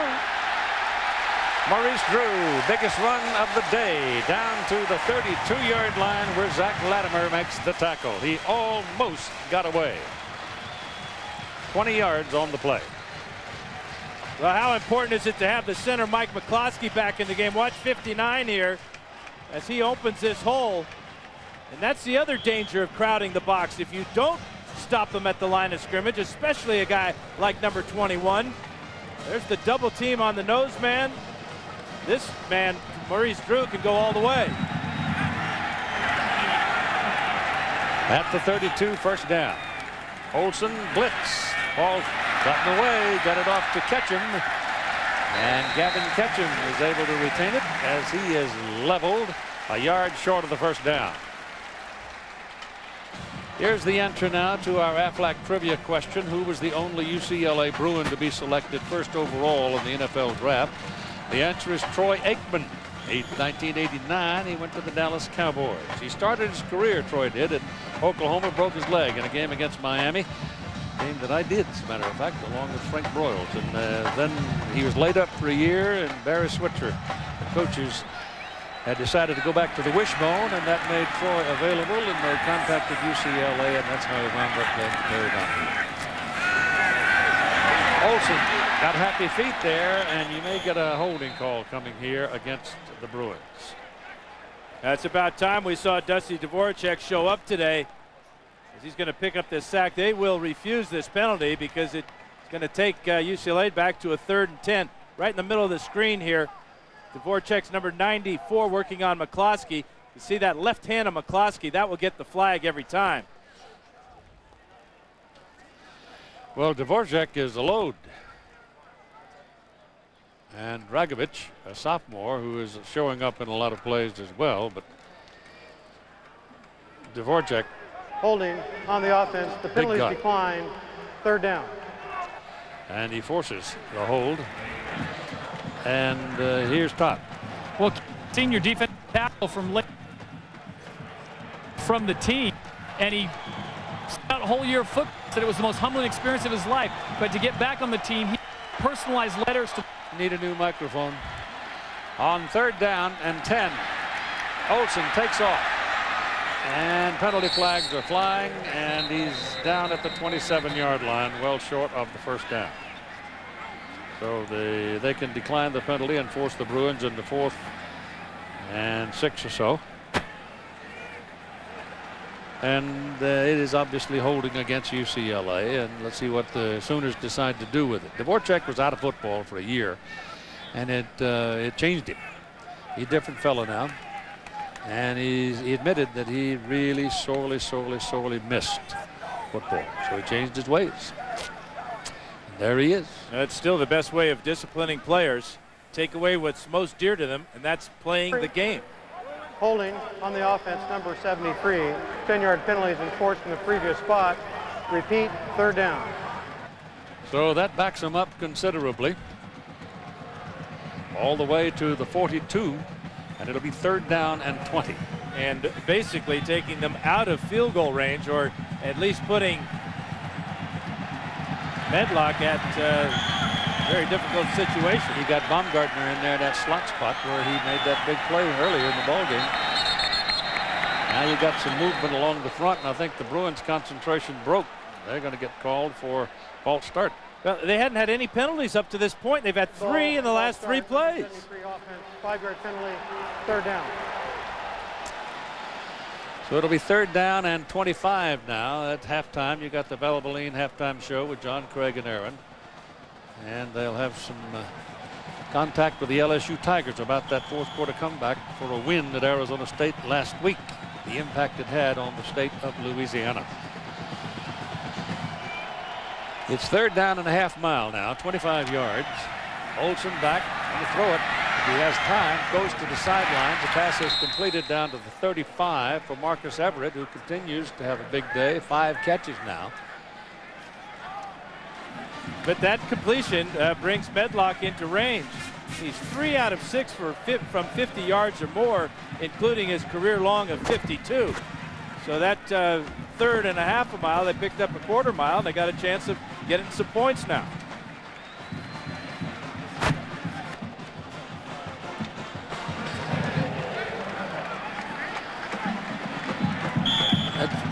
If he's got a sore wheel, that's a reach here at 51 yards, but it's a warm day. Maybe he's all loose and ready now. Let's see. Let's see if he can go for 51.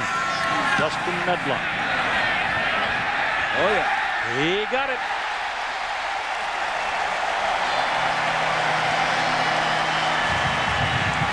Yeah, that's where that new rule really hurts the defense of not being able to leap and come down on a teammate or an opponent.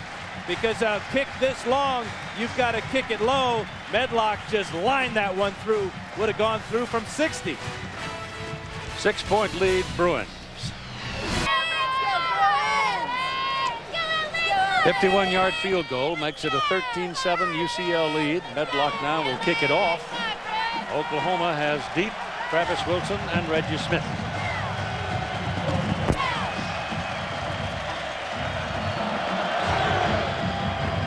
Good long hanging kickoff, back 3 yards deep in the end zone, and Smith takes it, and Wilson, the senior, says stay there. It'll come out to the 21st down next Saturday. ABC's regional doubleheader kicks off at noon Eastern, where you'll see either Iowa, Ohio State, or Colorado, Miami. At 12:30, it's Notre Dame, Washington, or Georgia Tech, Virginia Tech. Those of you on the West Coast will see USC at Oregon at 4 Pacific. Yeah, Heisman Trophy winner Matt Leinart, another finalist Reggie Bush for the Trojans. They've got Arkansas tonight. The Ducks have Fresno State, senior quarterback Kellen Clemens. Ducks looking for a running game and looking for some help from that great Autzen Stadium crowd, and I get to drive to work next week. No Rudy. No. Quack, quack. Pass is down the sidelines, and it is caught by Travis Wilson. Good throw that time by Bomar. He just put enough air under it, giving Wilson time to get there and move the chains. Yeah, as opposed to a pass he threw earlier in the game where he floated a corner route, this one is thrown very well. Nice route by Wilson to get behind the line, or the defensive back, Matt Cassell. And the ball was right on target. Not a bad afternoon for Travis. 37-yard line, first down. 38, actually.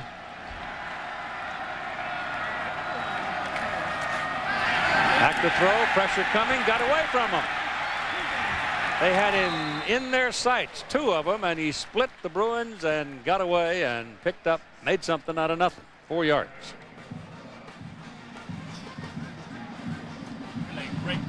Really a great effort that time by Bomar. Shows you not only his running ability, which is pretty good, but his toughness and competitiveness.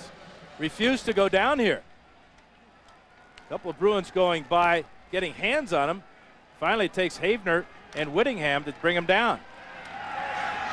To the 42, make it 2nd down and 6. That's Wilson going across the backfield out of the shotgun.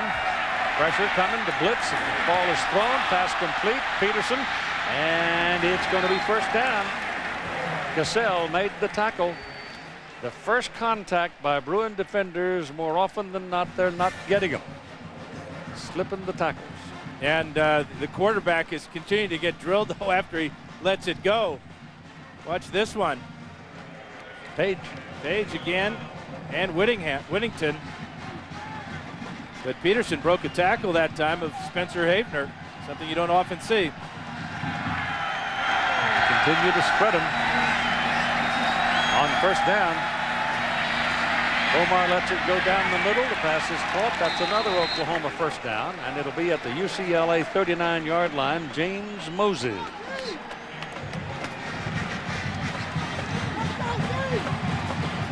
Chuck Long said he wanted to get his tight ends involved more in the passing game because they're such big targets, and they're usually the easier throw. They're not as long a throw as it is out to your wide receivers. They're going no huddle. Pressure's on the Bruin defense. They're moving the ball. The ball is slapped at the line of scrimmage, and it's incomplete. Brigham Harwell got a piece of it when it went by. So that slows things down for just a moment there, and Oklahoma will go back into the huddle. You know, Harwell, 93, with really an athletic move there to punch that ball with his left hand, but he was about 6 yards away from the quarterback. It really shows you what goes through a defensive lineman's head. If I can't get to the quarterback, at least maybe I can knock his pass down. 2nd down and 10. Staying in the shotgun. Omar running it. Turned upside down on the tackle by Dennis Keys. But that's going to be another 1st down. Now, by going to this hurry-up offense, it appears Oklahoma's offensive line now is wearing down the Bruins.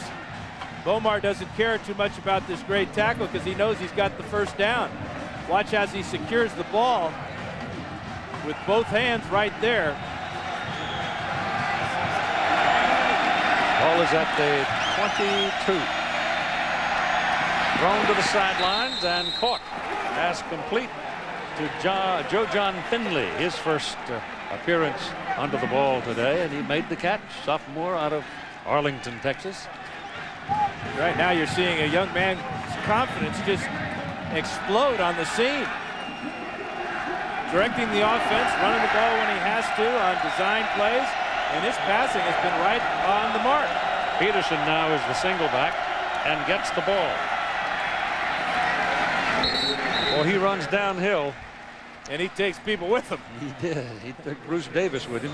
Bruce Davis hit him right about the line of scrimmage, it appeared. And Peterson's strength took him for a ride. 6 yards, 2nd down, 4.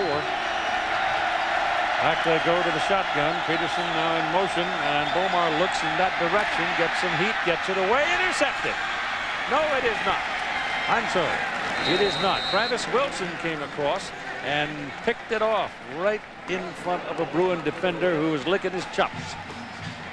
Watch as he steps up in the pocket. He wants to run here. Now he sees number 4 break open and puts it right on him. That's so important in a crowd, especially down by the goal line. Throw it right on the receiver. Don't lead him at all. And he threw it with some mustard, boy. He put it in there. So here are the Sooners knocking on the door to regain the lead. Tackle behind the line of scrimmage. Penalty flag goes down. Peterson brought down by Justin London, who's got a handful of tackles now.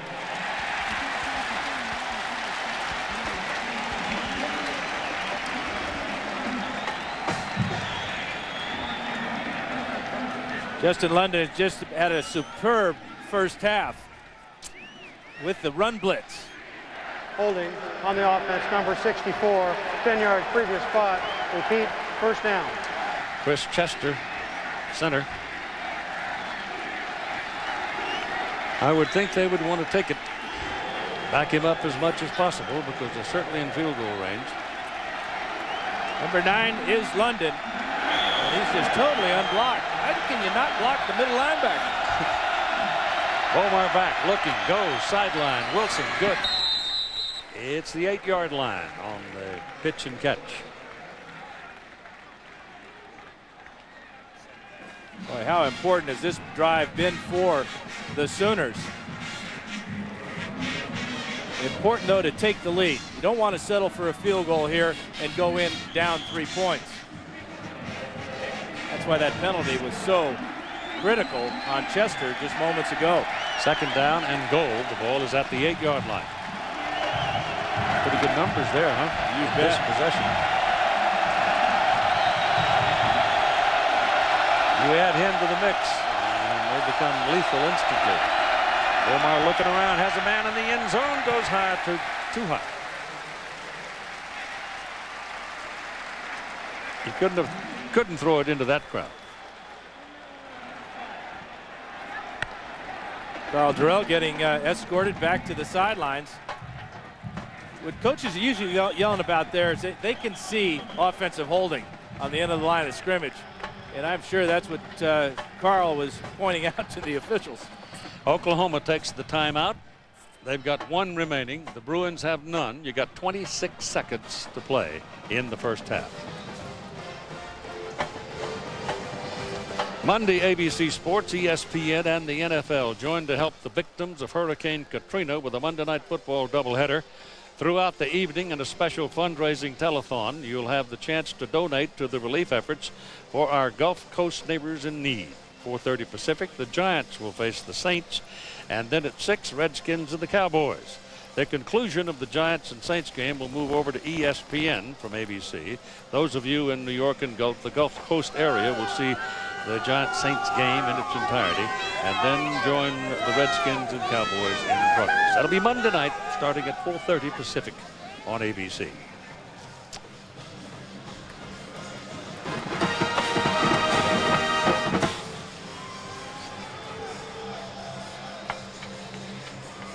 Been a pretty good football game, Keith. You know, defensively, except for some miscues by Oklahoma, they've been really hurting themselves. UCLA, although they got the field goal at the end of that last drive, penalties hurt them. Well, you figured it'd be a paint swapper. That's the way Oklahoma plays football. You get a win, you earn it. And TCU beat them. And then promptly came back the third week and showed they're not easy for anybody. So it's third down and goal from the 8-yard line. Bomar looking around, shopping for a receiver. Getting pressure, down he goes at the 20-yard line. Brigham Harwell broke free to make the tackle. Boy, and that's a huge sack because it takes your field goal kicker out of his comfort range. And hurt the quarterback. Yeah, instead of getting a chippy. He's limping coming off the field. Trying to keep that left leg straight, but he's looking all the way to one side of the field. Little pump fake there, and then that's inexperience. You can't run out of the pocket. You have to run up inside if you're going to escape. As he went down, he called their final timeout. And so they'll come out on 4th down at the 19-yard line. Obviously, they'll try to get 3 out of this. The quarterback, Bomar, came dragging his left leg to the sidelines, and now he's headed for the locker room in a hurry right now. He's trotting along all right. You may want to do some taping or get a brace of some kind on him there. So here's your field goal try of 37 yards by Garrett Hartley. He's got a lot of leg on it, and he made it. So from 37, it becomes a 13-10 ball game with 15 seconds to play in the first half. UCLA by 3.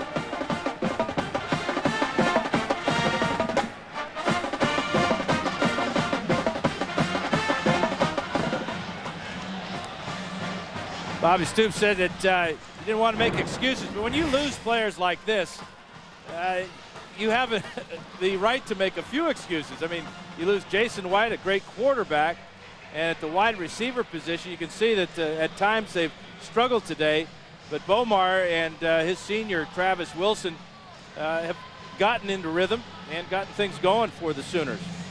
But that's a lot of talent to lose on offense. You can see what they did last year as far as numbers are concerned and the trouble in the passing game that they're having this year.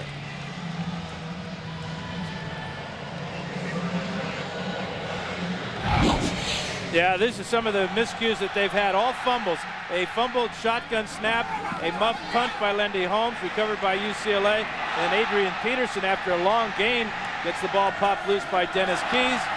They fumbled between the center and the quarterback, and you can see that the fumbleitis has been a big problem for Stoops' team this season. I'll give a gritty Oklahoma defensive bunch some credit, because otherwise UCLA could be ahead by much more than 3. Now the defense has not been the problem this year, has it? Nope. 35-yard line. Popped up. Fair catch call. 25-yard line, and then it's dropped, but it's covered with the Bruins. You can call fair catch on a kickoff, in case you don't know that. Yeah, but you have to catch it. But you have to catch it, yes. That's... If you don't, it's live. You get this type of action.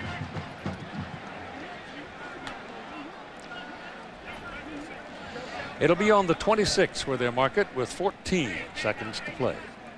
Time for 2 plays, maybe. Yeah, with no timeouts, I wouldn't be surprised if they just come out, take a knee, go to the locker room, and say, hey, we're up by 3. Probably. I don't believe you can keep him quiet all day. Might. I've yet to see it. Well, he did pop a nice run the last time the Bruins had the ball. His only nice run of the day. 20 yards ago.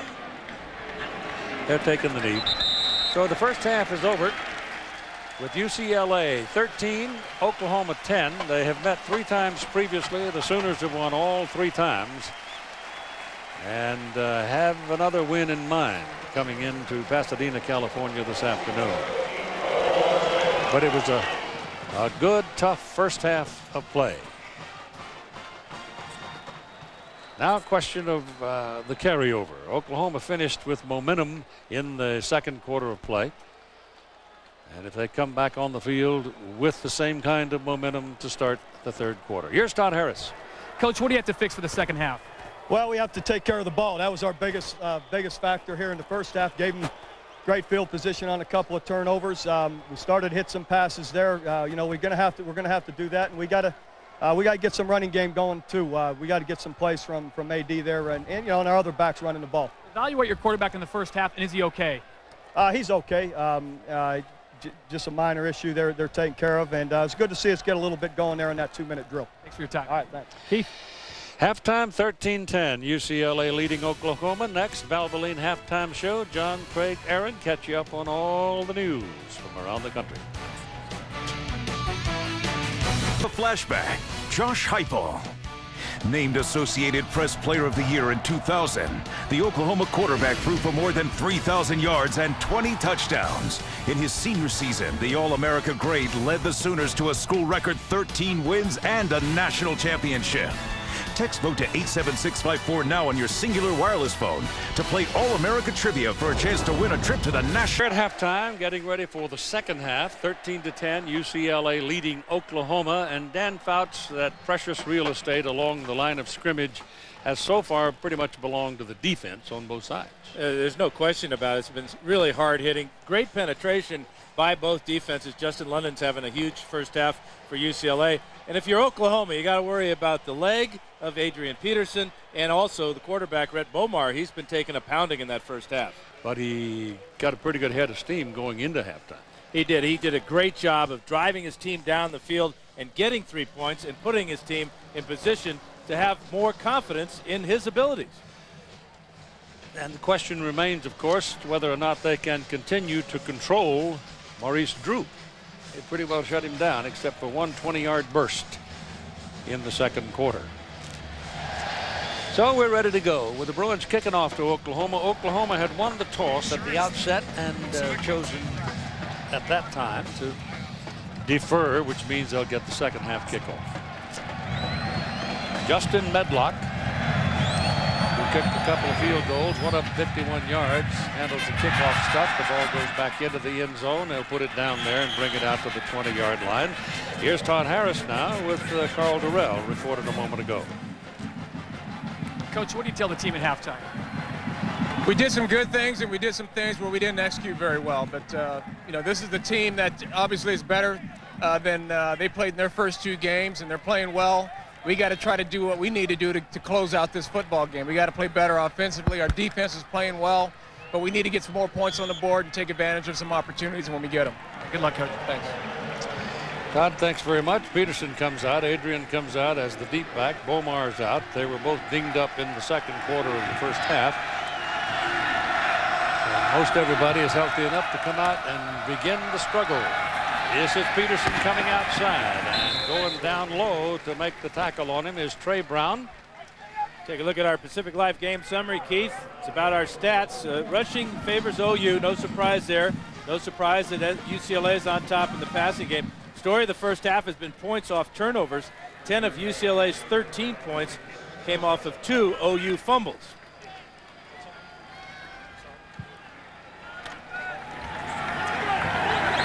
And it's second down and 7 now for the Sooners from the 23.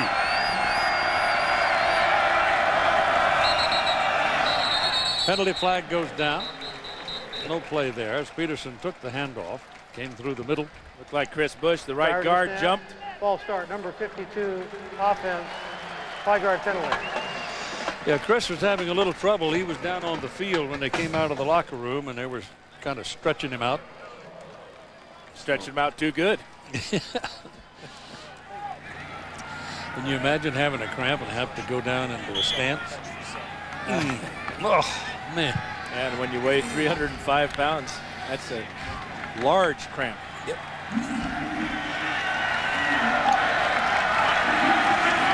Second down and 12 after the penalty. Peterson goes in motion and leaves Bomar back there by himself. He's going to take off up the middle of the field and go nowhere this time. London was right there, along with Harwell. I tell you, Justin London's just having an outstanding afternoon, just finding the right spot. Here he is right in the middle. Watch as he comes unblocked again. It's a quarterback draw. There's really nobody to lead on the middle linebacker for Oklahoma. And Larry Kerr just continues to draw up the right defense for the right situation. There's some of that paint swapping going on. Look at that red on the back of that gold Bruin helmet. 5 tackles for London. Bomar rolling out, pressure coming, ball loose, picked up by the Bruins, into the end zone, touchdown. That's Havener. Keys knocked it loose. Second big hit for Dennis Keys. Both the resulted in fumbles. This one is the exacta. You get the knock on the quarterback, big bounce to Havener, and another touchdown for Spencer Havener. 4 times he's returned balls for touchdowns. Watch number 11. Keys unblocked, drops his helmet right into the chest of Bomar. And now it's a nice, easy trot into the end zone for Spencer Havener. And Medlock in for the point. Trying to make it a 10-point lead. Well, that was a bang-bang.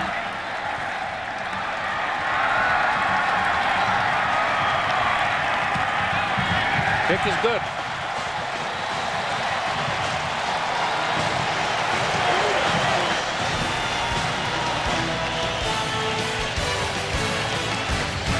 UCLA 20 and Oklahoma 10, and we've only barely begun the second half.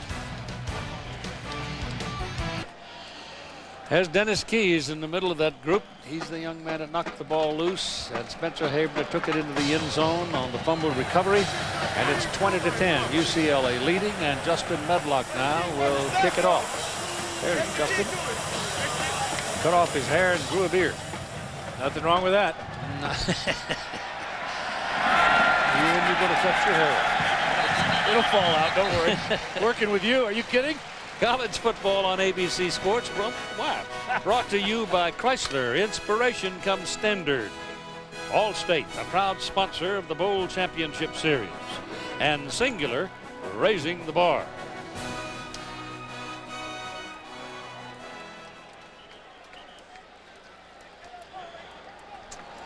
From the 20. Oklahoma will try again here now, see if they can get a little more orderly start in the second half. They got to find a way of controlling Jared Page, Dennis Keys, and Justin London. 3 guys right in the middle making plays. Into the middle of the line goes Peterson. They pretty well held him in check today so far. So far has a lot of meaning there. Same way that with Peterson can pop it anytime on you, and so can Maurice Drew. The question for Oklahoma is, can this man survive? At 6'2", 215, he's taken some unbelievable shots today. He showed his toughness and his inexperience. And unlucky on that one. On 2nd and 8, rolls out, looking downfield, throws, has a man wide open. I mean, Travis Wilson was lonesome. And it's moved the chains time as the play goes to the 43 and a first down for Oklahoma. But you got to be impressed with Bomar's mobility as he's going to roll out to the left this time after the play fake, a bootleg.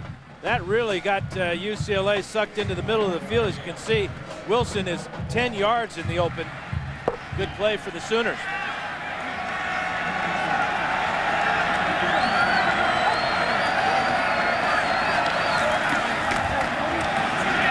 This is Peterson. They continue to handle him. Justin London one more time. Havener also there for those two linebackers. They still haven't found a way of blocking number 9 in the powder blue jersey, though. He's just too fast for the offensive lineman. And there's Jared Page, strong safety as well. Second down, 11.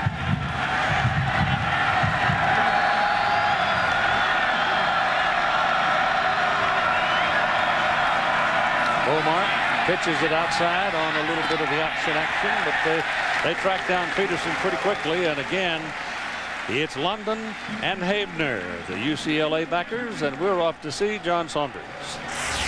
Steve, time for the singular All-America Player of the Week update. Might it be Reggie McNeil of Texas A&M? At 80 yards, he goes to Irvin Taylor here. McNeil passed for 349 yards and 5 touchdowns, also ran for 100 yards and a touchdown. Text the word VOTE to 87654 now on your singular phone for your ballot and a chance to win a trip to the national championship. Keith. Good. 66 points. Wow. Omar's pass batted up in the air, incomplete. That's the third time today the defensive linemen have knocked that ball down. And Oklahoma's going to have to punt it away. Number 48 is William Snead. He's 6'4", and very good athlete. Again, a defensive lineman, not anywhere near the quarterback, but using their natural ability to knock it away. That's so frustrating, especially for a young quarterback. Freebie to punt. Maurice Drew is standing down that 17-yard line. The fourth punt of the day. Long one was 46. This one may give Drew a little chance. Had to split him, but he couldn't do it. So he runs into traffic at about the 15-yard line with a big thump and goes down. Alan Patrick leading the tacklers for Oklahoma. At 10:39 to go in the third quarter, the Bruins are up by 10.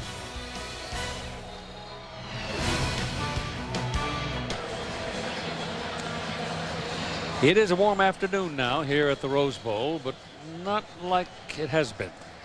It's about 15 degrees cooler than it has been in recent days, weeks.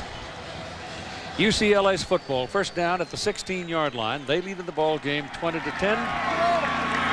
And let's see if they figured out some way to get some control on that defensive surge that the Sooners have put on them all day. Olsen with a little play action, finds a man wide open, hits him, knee goes down up around the 28-29-yard line, but it's enough for a first down. Joe Cowan, if he keeps his balance and keeps his feet, he might still be running. That's what Drew Olsen was saying. Man, you can't go down on me like that. You just got to stay on your feet. That ball wasn't thrown that low.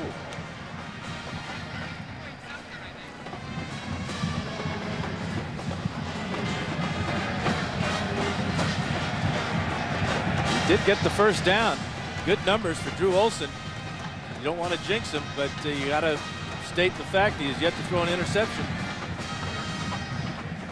And really, you know, there hasn't been anybody in a Sooner uniform that's been close to picking one off today.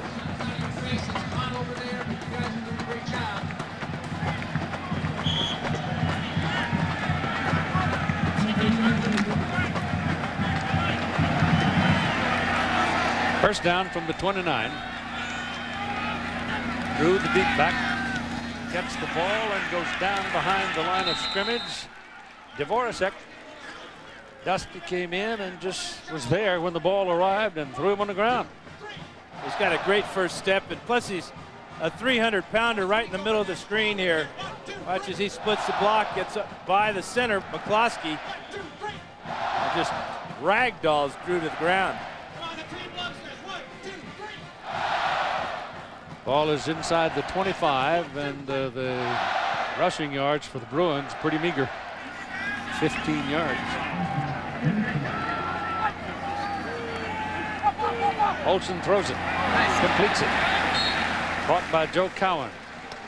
He had a man right in his pocket when the ball got there, DJ Wolf, but held on, and now they'll be looking at third down. And he had to zip that ball past the ear of linebacker Demario Pleasant and get it in front of Wolf. That was a fine throw by Drew Olson. 3rd and 6.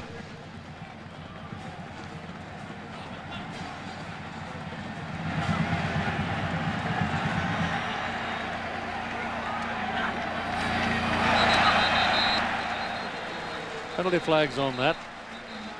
That could be considered inducement, or it could have been false start at the start of the whole thing. And it could have just been old-fashioned encroachment on the defense. There was no play prior to the snap. False start on the offense. 5 yards, 3rd down. Somebody wiggled. Tonight, ESPN has a meeting of what some feel are the top 2 teams in the ACC. Bobby Bowden's Florida State Seminoles going into New England for a showdown with Boston College. Boston BC making its ACC debut. College football primetime presented by Polaroid on ESPN tonight at 4:45 Pacific time. And more information, you can log on to ESPN.com. Oh, Bobby doesn't look too happy in that picture, does he? Nope. Well, he's been... His team's not really solid right now. That's a pitch back to Drew. Cut back. Got a little bit of daylight. And then takes a pounding up around the 34 or 35 yard line. Dvoracek making the stop. Lost his shoe on the play. Watch number 94 come out of his shoe as he's chasing down Maurice Drew. There goes the shoe. Stayed with the tackle. He doesn't need shoes. 4th down brings in the punter. Perez has a long 43.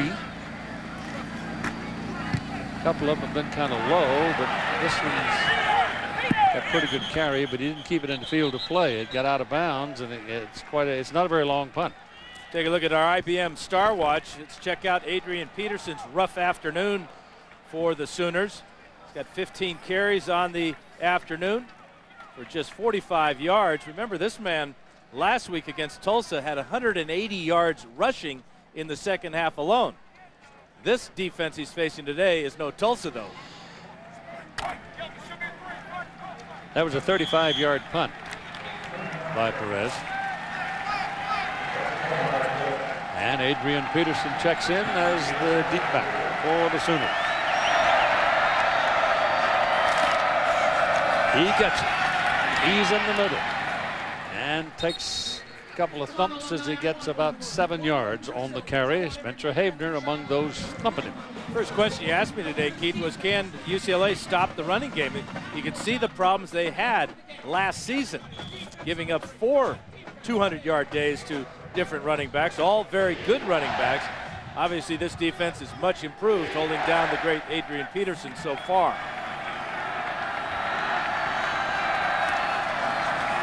Got it again. Bruins get him short of the line of scrimmage. Yeah, I'm sorry, Keith. You know, they wanted to try to get the ball to the outside today, but the speed of London and Jared Page, they've just been able to shut down the outside run. Here comes London, number 9 again, and again he just runs right through the offensive line. I don't think he's been blocked yet today, do you? Not often. Kewan Jones checks in at the running back spot now, and Adrian Peterson comes out for a breath.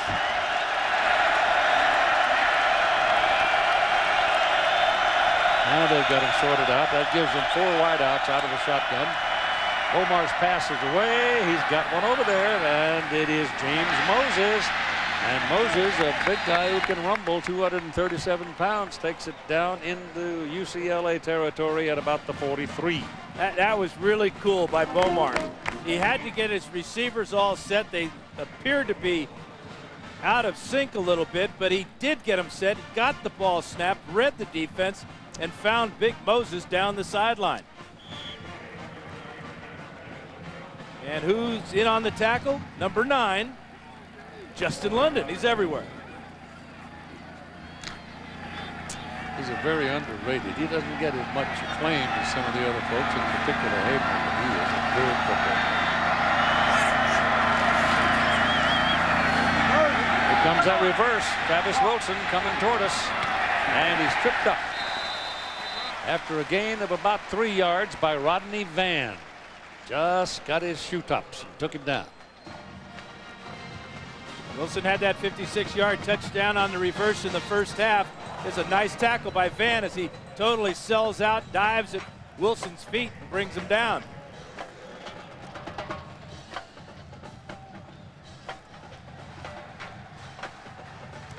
Manuel Johnson goes in, one of the wide spots.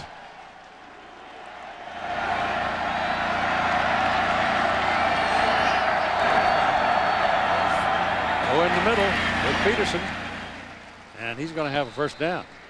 Spencer Havener made the tackle. Well, they found out a way of blocking number 9, Justin London, and it paid off for them. London coming on another blitz there. Gets taken out by the left guard, Davin Joseph. And it's a first down for OU. Ball at the UCLA 33.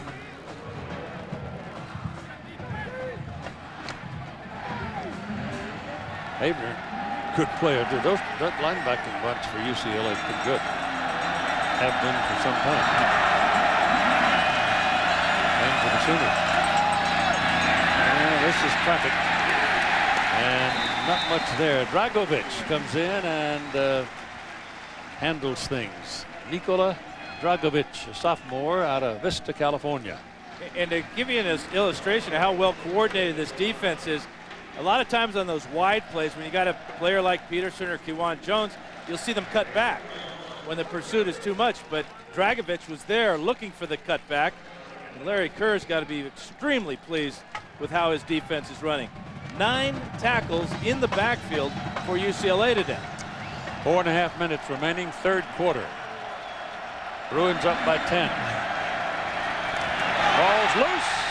Bomar dives and retrieves it. That's being a youngster. A couple of good plays, and then you get one of those. And it's one of those that'll absolutely kill a drive. This brings up a third and real long now.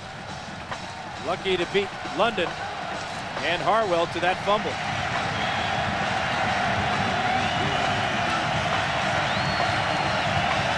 Those are seasonal totals, not all of it today. Ball just a fraction inside the 39 on the UCLA side. And third down 16. This is Bomar running, got away, look out. Oh, he's got his first down. And more. A flag for a late hit there, Keith. Yep. A great call by Chuck Long. The blitz was coming. They were bringing safeties, linebackers, everybody. And the option when you crack that line of scrimmage, there's nobody there.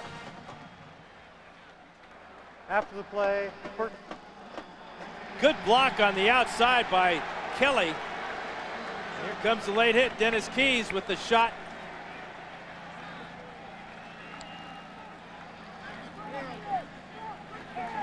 Well, it's just the mere fact that they were a step out of bounds. He really didn't do much to him, but it's still a penalty.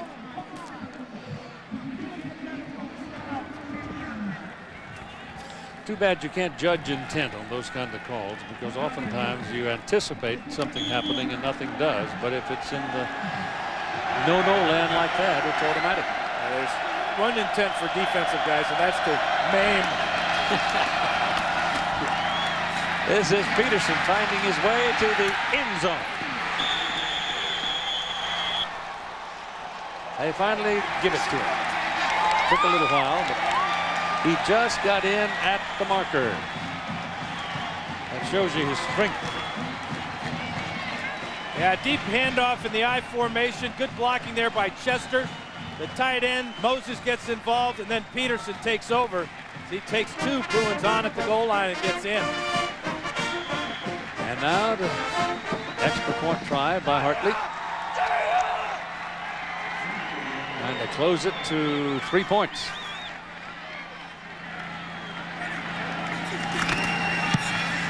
Got it. At 3:25 to go in the third quarter, it's now a 3-point ball game as it ebbs and flows in the Rose Bowl.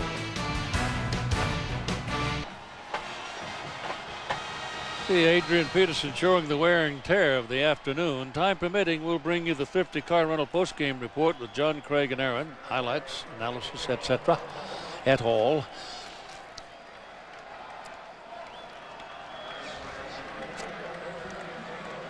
Ball's put on the 35 for the kickoff now with Marquis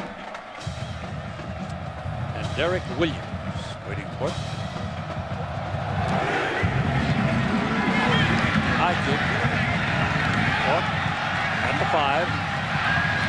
Will cut, trying to get back into the middle and find the crack, and didn't really quite get there. He'll go down at about the 17-yard line. Take a look at our Chrysler passing playbook back in the first quarter. Watch after the play fake to Maurice Drew, the pocket that Drew Olson has to operate in, and the clear passing lane he has to find Andrew Baumgartner for this 19-yard touchdown. That made the score 7-7, and it was Baumgartner's first touchdown reception of his young career. All right, first down from the 17 for the Bruins. Their lead is now only 3. Olson throws, swings it out there to Dietrich, fullback. And he barely got back to the line of scrimmage. They're going to give him a pretty good mark on it, though. Pick up a couple of yards.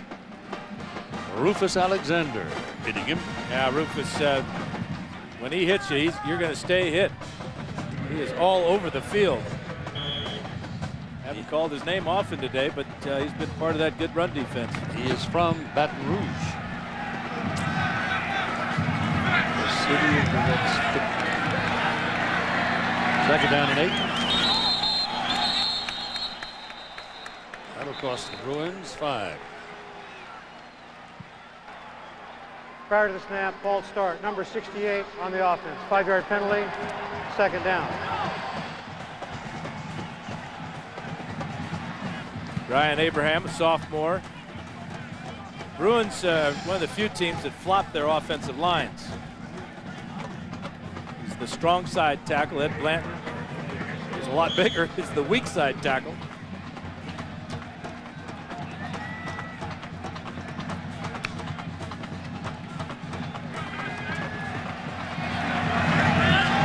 Pittsburgh and Nebraska having a pretty good ball game. Brooks having a terrible game getting started. Olson's pass thrown behind Maurice Drew, and he had Maurice out there in a one-on-one circumstance where he might have made something out of that, but the ball was a little bit behind him. Yeah, it was a good read by Olson. Went to the right guy. Just that threw it too hard, too high, and too far behind Drew. He's only 5'8", so it's a little target. You got to put the ball on him. Had not a very good series for UCLA. They're going to have to punt the ball away, and it's sitting on the 14-yard line. UCLA having a tough time converting third down plays. Only 1 out of 9. They're looking at 3rd and 13 now. They need something pretty hefty. Otherwise, they'll be giving Oklahoma some pretty good field position. Down the middle, got it. That's Andrew Baumgartner. Remember, you just saw him a minute ago score his first touchdown of the season on the pass reception. Now comes up with a huge play for UCLA. Yeah, and he's operating from the left side of the screen, coming in from the slot. But look how Olson has that throwing lane, that offensive line doing a perfect job of giving him time, but also giving him vision down the field. You got a Sooner shaking on the play, and time will be taken for him. Bassey. Eric Bassey, a corner who's shaken up on the play. So time out for him at 2:06 to play in the third quarter, and UCLA now with a first down. They're off the hook a bit out to the 36.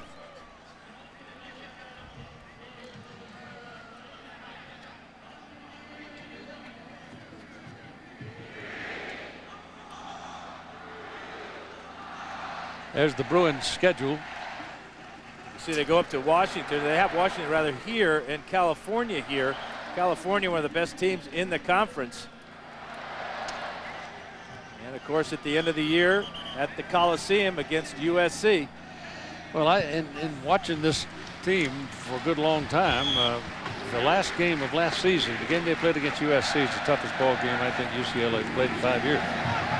They had a chance to beat the Trojans. They're playing in similar fashion today. Yes, they are. This is Chris Marquis for a yard. That's all to the 37.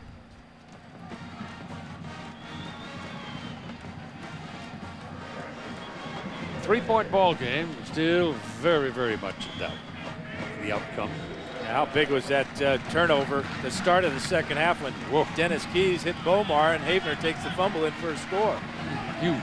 And then this last play was quite large too. Second down and 9, and they throw underneath. It goes to Mercedes Lewis, who's been quiet today, but he's going to have a first down here as he gets it out to the 47-yard line. Yeah, he came into the game with 9 receptions, had a big first game against San Diego State. This is only his 4th catch of the day. And you can see what he offers to the quarterback. Big target and then pretty good running ability afterwards. He's a big man. I would love to see him have the ball thrown in his direction a lot more, especially when the Bruins get down in the red zone. 6'6", 256. He can play jump ball with anybody. First down.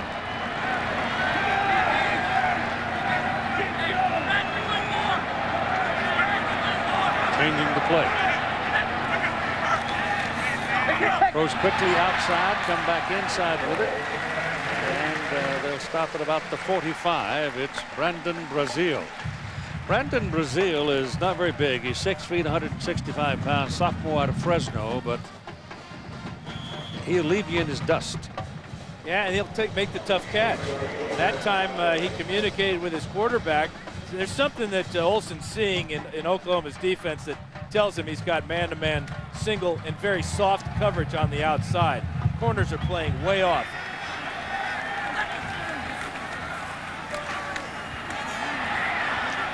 Or Maurice Drew just can't find an inch. It'll bring up third down as Ayu jumped all over him. And third quarter is history. ABC Sports presentation of college football returns after this message and a word from our ABC stations.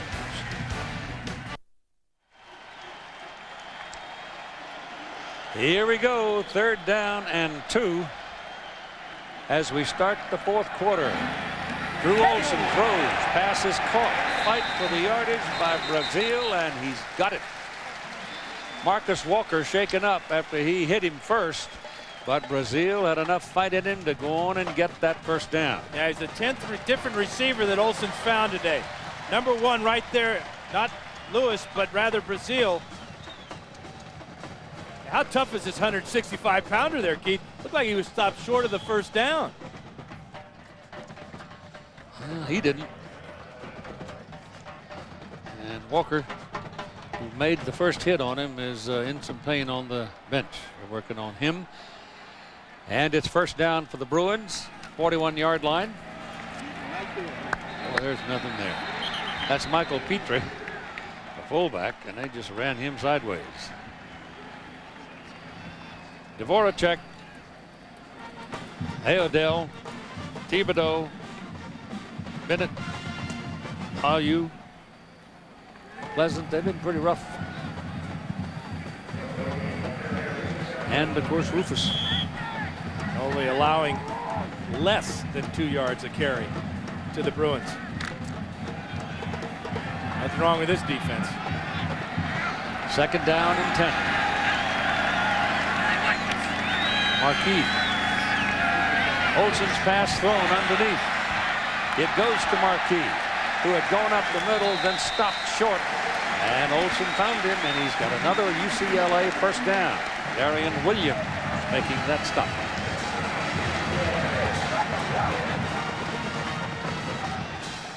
Check out Chris Marquis, just a sophomore, but knows where the down markers are. Makes a couple of Sooners miss and pick up the first down. He's smooth.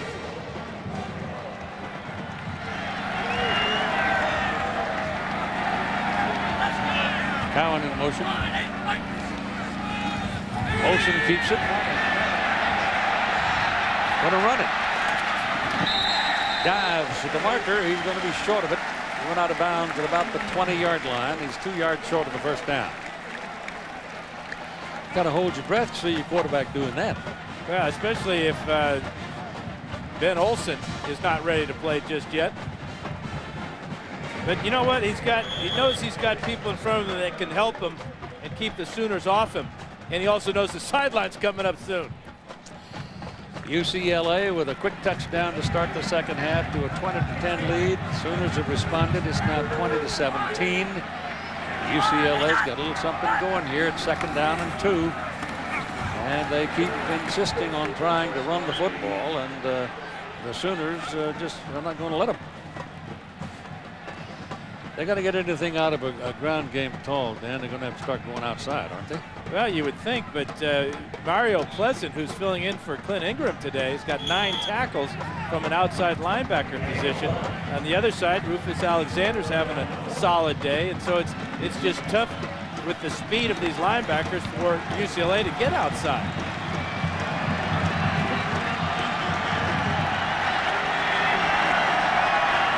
Third down and 2. Olsen throwing for the corner of the end zone. Wide open. Touchdown. Mercedes Lewis.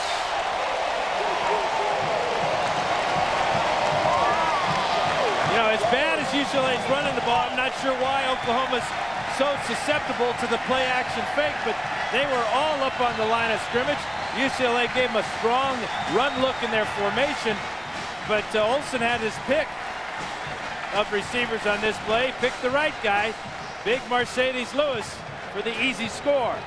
First touchdown reception of the year for Lewis. At 12:32 to play in the ball game. Medlock to the point. Got it. So it's back to a 10-point ball game.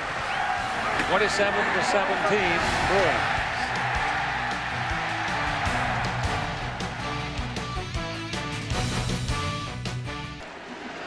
Here's the big guy that caught the touchdown pass a moment ago to give UCLA its 10-point lead again. Second time today they have led by that margin. Medlock will kick it off. It is Reggie Smith and Travis Wilson waiting for it back at the Oklahoma 5. We're in the 4th quarter with 12 and a half minutes to play. It is Smith at the 2. Look out, got a big hole. Kept his balance. Big run down the sidelines. Finally stopped right about midfield.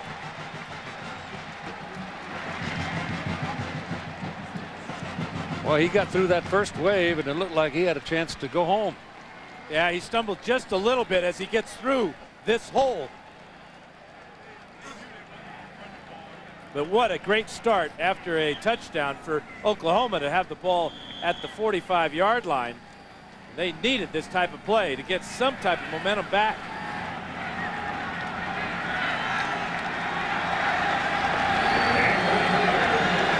Adrian Peterson now refreshed after some rest on the bench. The deep back for the Sooners. Bomar almost stumbled getting the ball back to him. Now the ball is pitched by Peterson to Bomar, and he's thrown down all the way back on the 35 by Jared Page. So that one blew up in their face.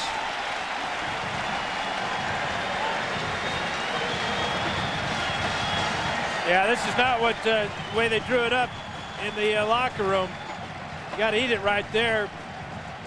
Lucky that this isn't fumbled and returned for a touchdown. Bomar saying to Peterson, hey, what are you doing here? Jared Page with the big play right there to bring him down for a big loss. Second down and 19 as the ball comes back to the 36-yard line. Bomar looking around, has a man, throws to Wilson. Travis Wilson will take it up to midfield. And he got open. Justin London getting one more tackle.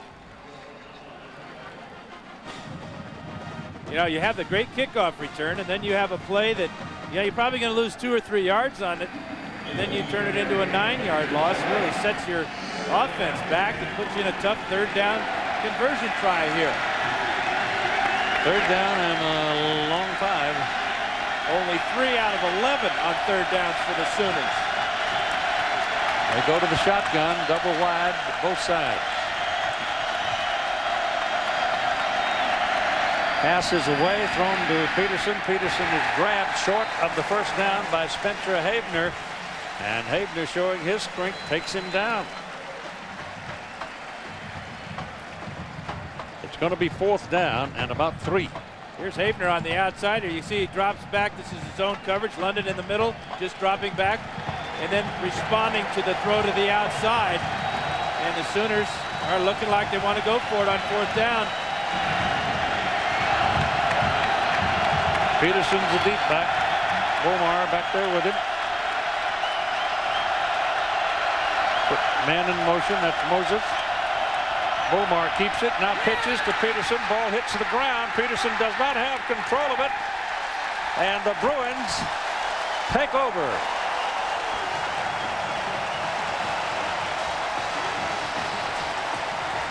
That was a very good series for the UCLA defense. Wow. Man. Trying to run the option play on 3rd and 3 down the line. Will go Bomar. Brigham Harwell forced the pitch.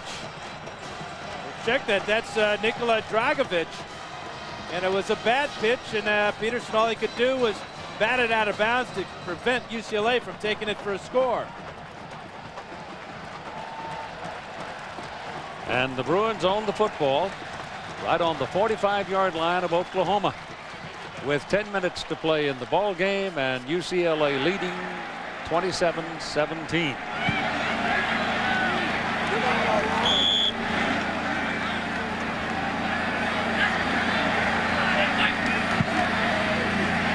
Drew Olson pulls it down, throws to the sidelines, and I think that's out of bounds, incomplete. Marcus Everett was over there. Boy, 7 fumbles, 3 of them lost. Michigan State 38, Notre Dame 24. 17 of UCLA's 27 points have come off those turnovers, Keith. You know, that old nemesis, the old passing thing that Michigan State does so well. Now look at this. Illinois is beating California 17-7 at halftime. It's early yet. Yep. Time call by the referee, Jack Folliard. College football on ABC Sports brought to you by Pontiac. Go online to nominate your Pontiac game-changing performance. Dr. Pepper and your local Dr. Pepper bottler. Dr. Pepper, one taste and you get it. Pacific Life, for insurance, annuities, and investments. Choose Pacific Life, the power to help you succeed. And Outback Steakhouse, no rules, just right.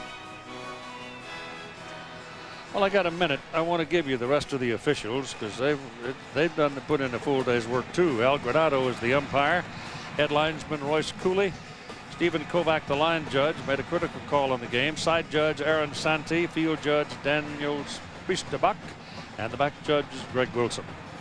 Tough game, Keith, and they break the chains on the sidelines. That's why we got this timeout. Get out the tape. Yeah, look, they got it over there.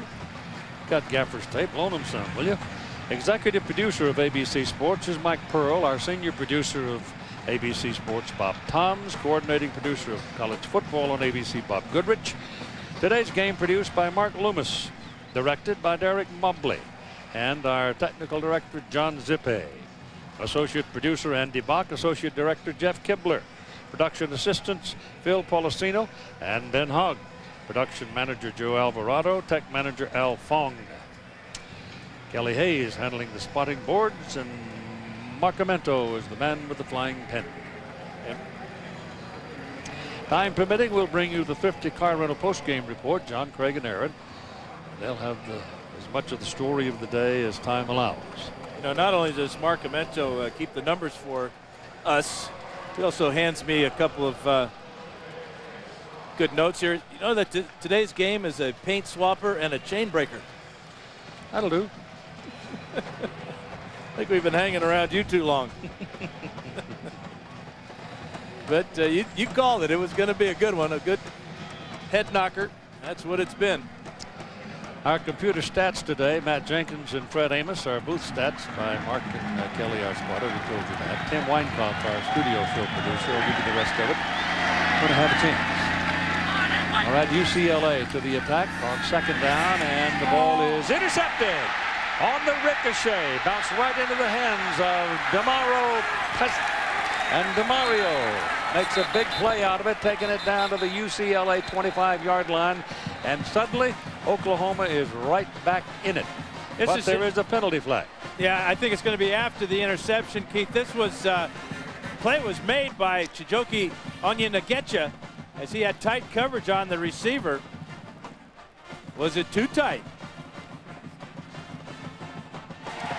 Yep. Yeah, was this post-possession, post-interception, or before the interception? Don't know. It looks like they're coming all the way back. Sure does. Before the change of possession, holding my defense, 10-yard penalty, previous spot, first down. And I think they're going to get number 22. He's holding his head. He certainly is.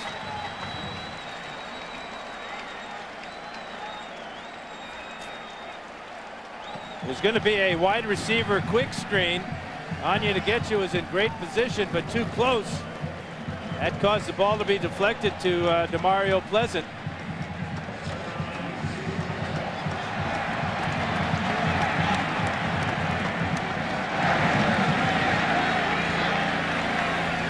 Puts the ball at the 35-yard line and is a huge, huge moment in this ballgame. Drew Olson rolls out, looking downfield. Whipple drilled that thing right into Joe Cowan's stomach. Reggie Smith tried to cut him in half and could not dislodge the missive. Let's go back to that last play, Keith. The screen is to the outside to Marcus Everett. That's not on Onyenagecha. They must have gotten somebody else on the interior. Did not tell us what number. You can see how close the coverage was. What a big break for UCLA. And a first down on that catch by Cowan. And now you've got people jumping the snap. And Olson yelling at him. And not just anybody, the biggest guy out there, Ed Blanton. Offense number 73, 5-yard penalty, first down. Yeah, Blanton is strong side weak side tackle at 6'9", 332. And Ed probably said, my ears are humming. Couldn't hear you. And Olson gets right up into him too, and that's the last thing Blanton wants to hear. Watch him push the quarterback away. Leave me alone. I know I went off sides.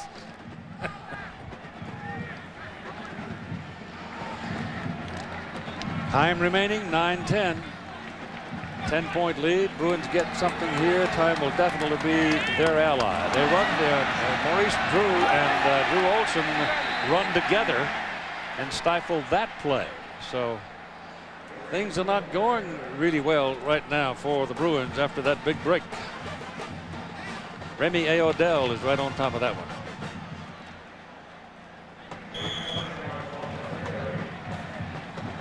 Odell lucky he didn't get called for a face mask, didn't grab it, but certainly had his arm wrapped around Drew's helmet. That loss is all the way back to the 34-yard line, so they'll be looking second down and 20.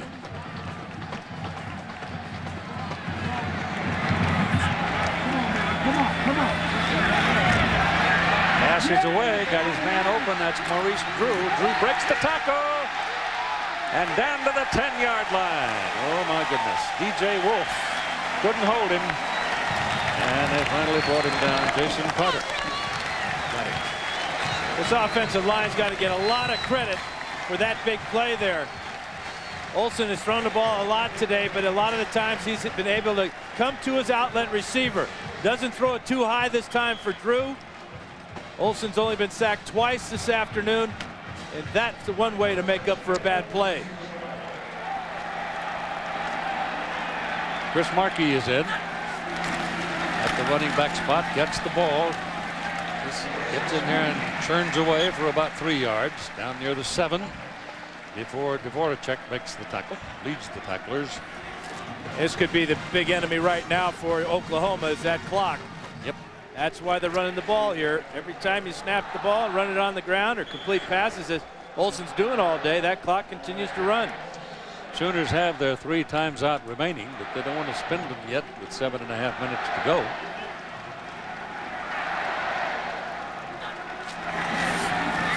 Olsen wants to throw. Does throw. To the corner. Touchdown. Chris Markey.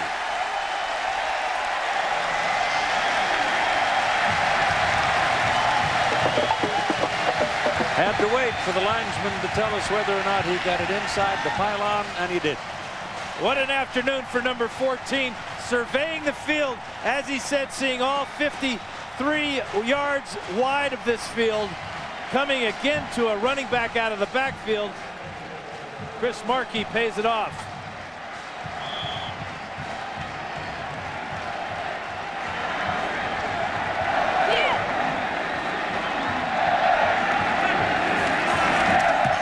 Point try good. It is a 17-point lead for UCLA at 34-17. Huge call, that holding call on Oklahoma.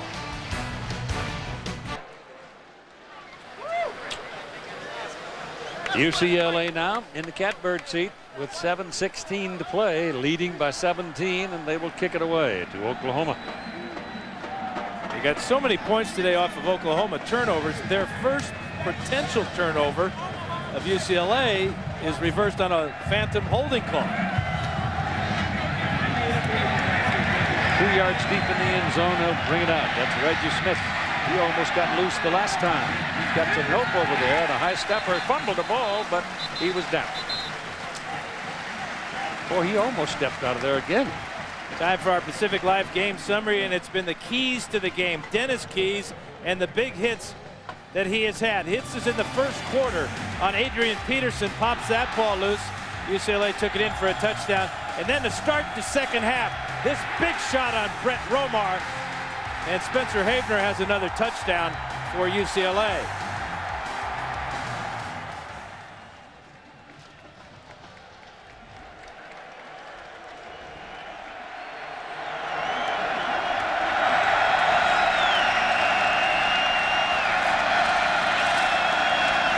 From the 16, underneath, Peterson looking for some daylight.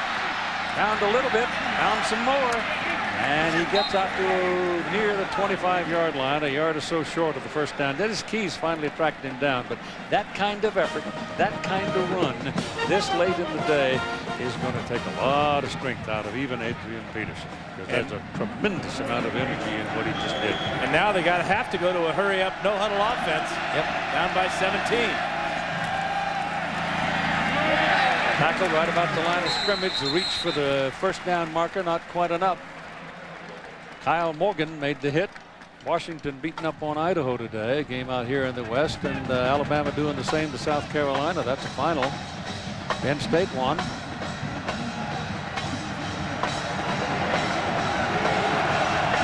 Auburn, 63 points against Ball State. They're running it with Peterson trying for the first down, and they've got it. And you got penalty flags flying here. Like Nathaniel Skaggs jumped on top of Peterson when he's on the ground. And that's a good call by the officials. So this will give the Sooners a free 15 yards. After the play, personal foul, number 74 on the defense, 15 yards, first down. But you're right, Keith, about the energy that Peterson is putting out here. Look, trying to keep his balance, and now he gets a guy that weighs 275 jumping right in the middle of his back. Skaggs, a redshirt freshman, trying to get his britches dirty. They say that no one works harder in the weight room than Peterson. He's close to Superman, but not there yet. He's out of the ball game right now as the pass is thrown down the middle of the field and completed deep down to about the 35-yard line to Joe John Finley. He's another one of the tight ends. It's his second pass of the day. And James Moses has played well today. Willie Roberts has yet to make a catch. It is Keelan Jones now in there in the backfield in the running back position with Bomar out of the shotgun. Bruins got him. Gerard Page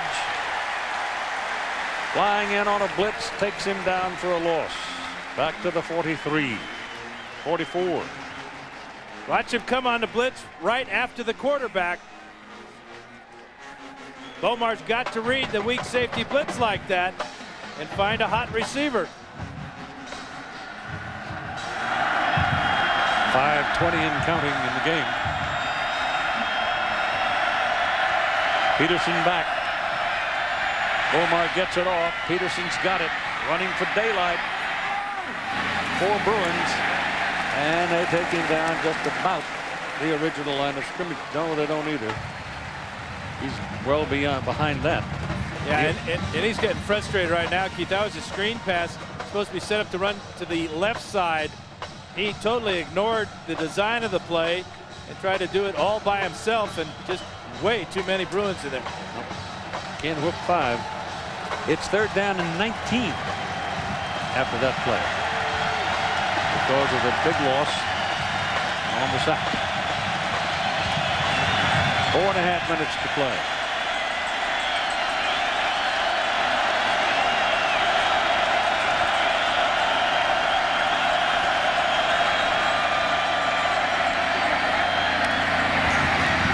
Keep finding Iglesias. That'll be his 3rd catch of the day, I believe.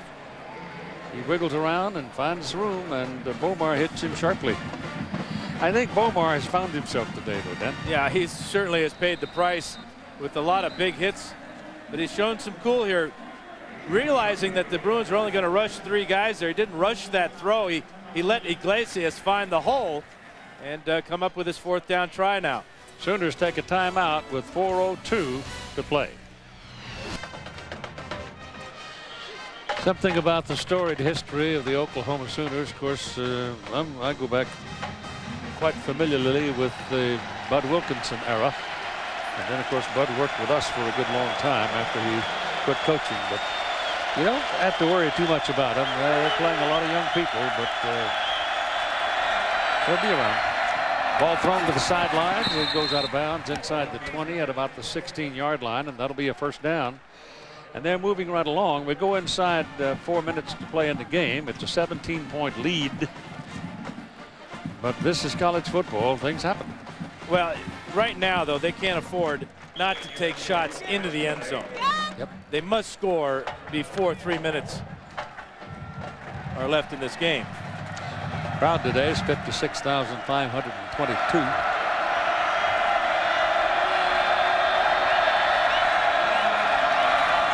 Omar runs that quarterback throw up the middle.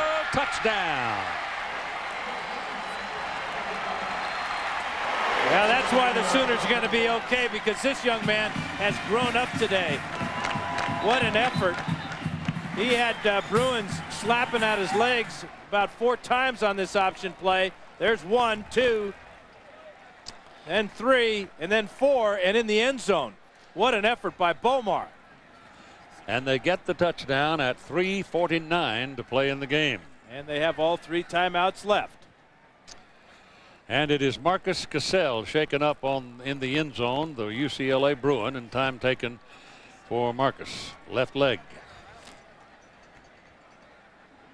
Rubbing on that calf, you would suspect that's a cramp. UCLA will play next Washington. Oklahoma plays next Kansas State on the 1st of October. That's when the conference play starts in the Big 12. And then Texas. Yes, sir, we'll be there. Remember that Texas was handled by these Sooners last year, different people, 12-0. The Pac-10 today was scattered against opposition from all over the country. Louisville laid it on Oregon State. Beavers jumped out 10-0, then lost, as you can see, very big. California is losing by 10 to Illinois at halftime. Big ball game tonight, Fresno State and Oregon. Purdue and Arizona.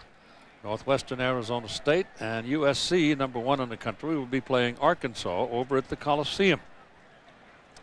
I suspect Arkansas will give the Trojans a lot of trouble because of their ability to run the ball, and they're going to be running right at a very green defensive unit up front, at least for USC.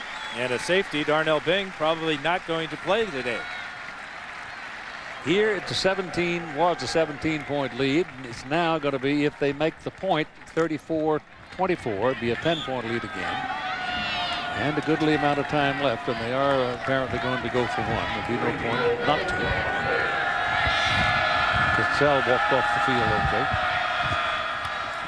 And here's the extra point by Hartley. Good. So the sophomore out of Southlake, Texas, brings the Sooners back within 10.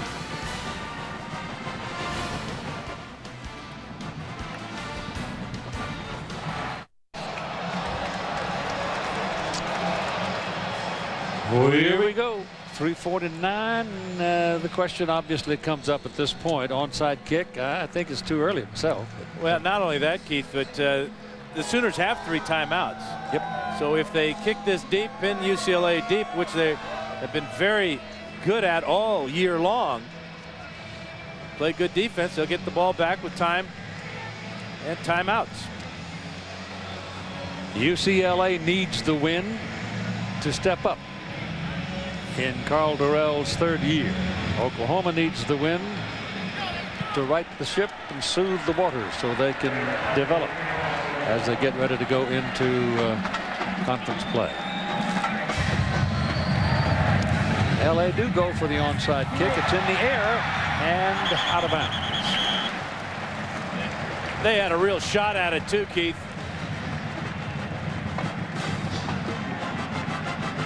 Bounced off a Bruin up into the air.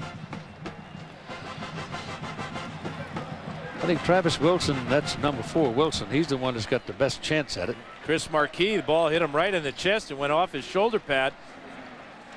And Wilson, number 4 on the outside here, not quite able to keep it in bounds. What an effort, though. So UCLA gets the football at the 49-yard line, their own 49, with 3:49 to play in the game. And here's a run. This is Drew. Maurice Drew in a foot race to the corner, and they're tracking down at the 12-yard line. Can you contain him all day? I guess the answer is no.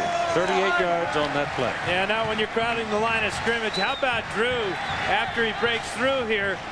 He's going to go cross country, eats up time on the clock by doing that, then stays in bound. The clock obviously stops for the first down, but they're winding it now after they set the chains. They put it on the 13. They don't give him the slide. It was cool, though. Well, he knew what he was doing. First down from the 13 now of Oklahoma. UCLA looking for room to run, and that is Chris Marquis carrying there inside the 10 to the 9. And let us spend a moment visiting with John Saunders. Keith, the Pontiac game-changing performance update could be this one. Nebraska blocks a last-second field goal by Josh Cummings. It would have been a 46-yarder as Dave Wanstack goes to 0-3 on the season. Pittsburgh actually got 2 attempts at that field goal because they muffed the last one with about 7 seconds left, got it down to 1 second, kicked it, blocked, 7-6. Your Pontiac game-changing performance update. Keith. Wow. Here's Maurice Drew into the end zone. Touchdown, UCLA. Oklahoma's now tired. Tired and done. Maurice Drew's mama right here in the middle of that picture. There she is.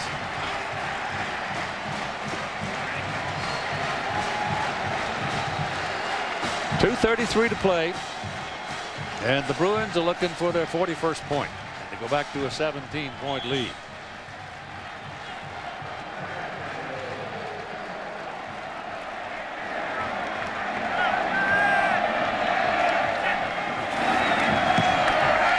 Kick is good.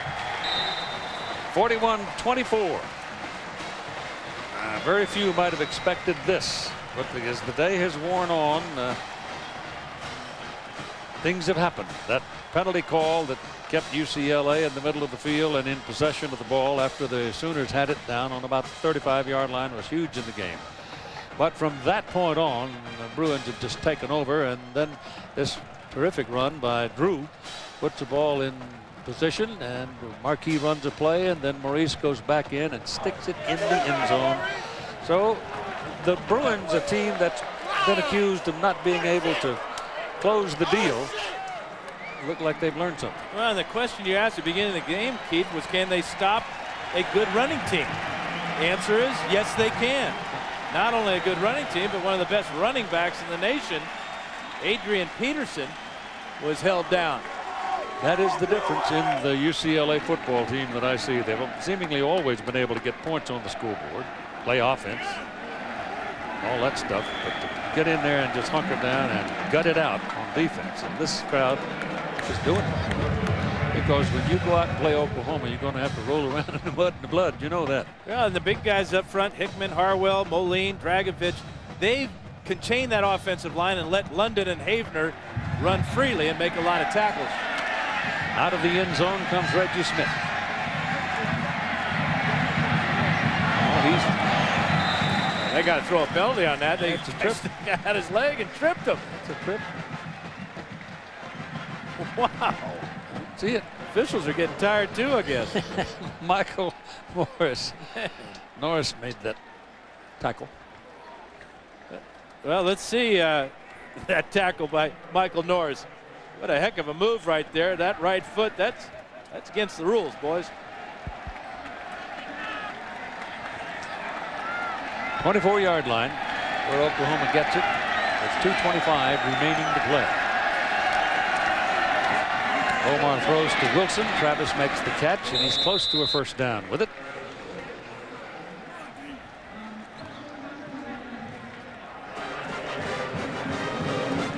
I don't reckon these fellows can spell quit. If they did, they wouldn't be playing in Oklahoma.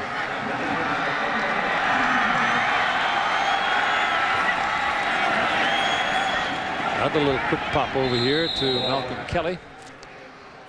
They're moving it down the field and saving time as best they can, because now, you know, the clock stops on each first down as they move the chains. You got 2:08 remaining, but they're down by 17 points. Yeah, they just haven't been able to make the play when they had to today. They don't get the onside kick when it looked like Travis Wilson might get it. They have an interception that is called back after Demario Pleasant made an interception, and we could not find who was guilty of holding, and the officials could not identify for us who was guilty of the holding.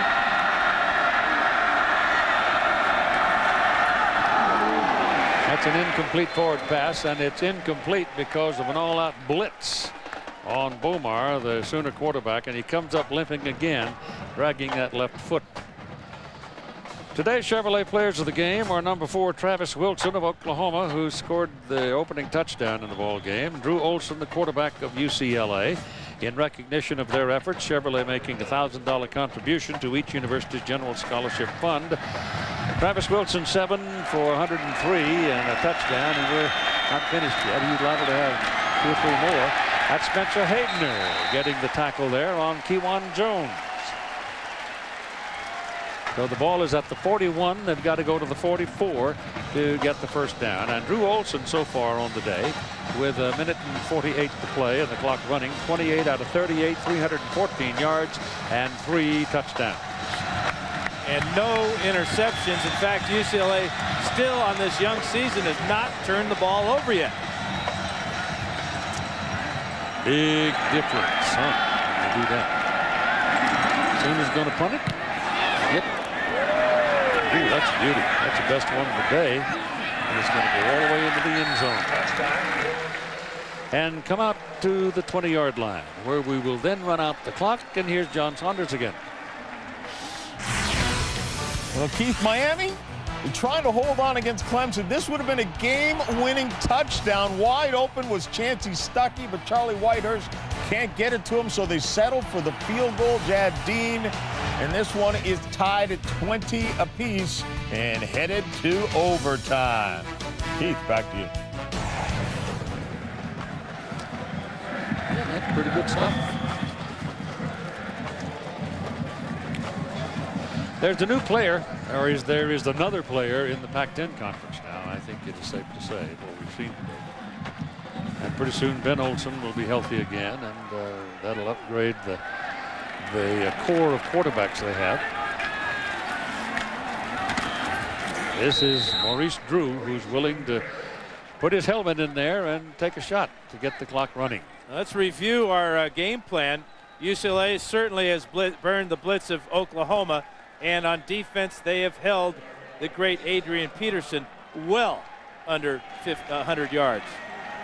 How about 5 different Bruins scoring touchdowns today, Keith? Baumgartner, Havener, Lewis, Marquis, and that man, Maurice Drew. Sooners are going to be happy not to be fooling with these folks in Los Angeles. 0 for 2 against Los Angeles. Losing to SC in that big game last year, and then losing today here. Thursday night, the Connecticut Sun pulled out a dramatic overtime win to tie the Sacramento Monarchs at a game apiece in the WNBA Finals. Join ABC Sports in Sacramento for Game 3, presented by Capital One. The clock ticking along. We've hit 15 seconds. It's been a good football game. Been most enjoyable. And the UCLA has got to be the happiest village you can think of as this game comes to an end. Maybe a long trip home for the Sooners, but I think they might like what they saw. Building blocks are in place. ABC Sports online at ESPN.com. Search ABC Sports. Join us Monday 4:30 for a Monday Night Football special, including 2 games and a telethon to benefit Hurricane Katrina relief efforts. Once again, your final score: UCLA 41, Oklahoma 24. This is a presentation of ABC Sports Championship Television.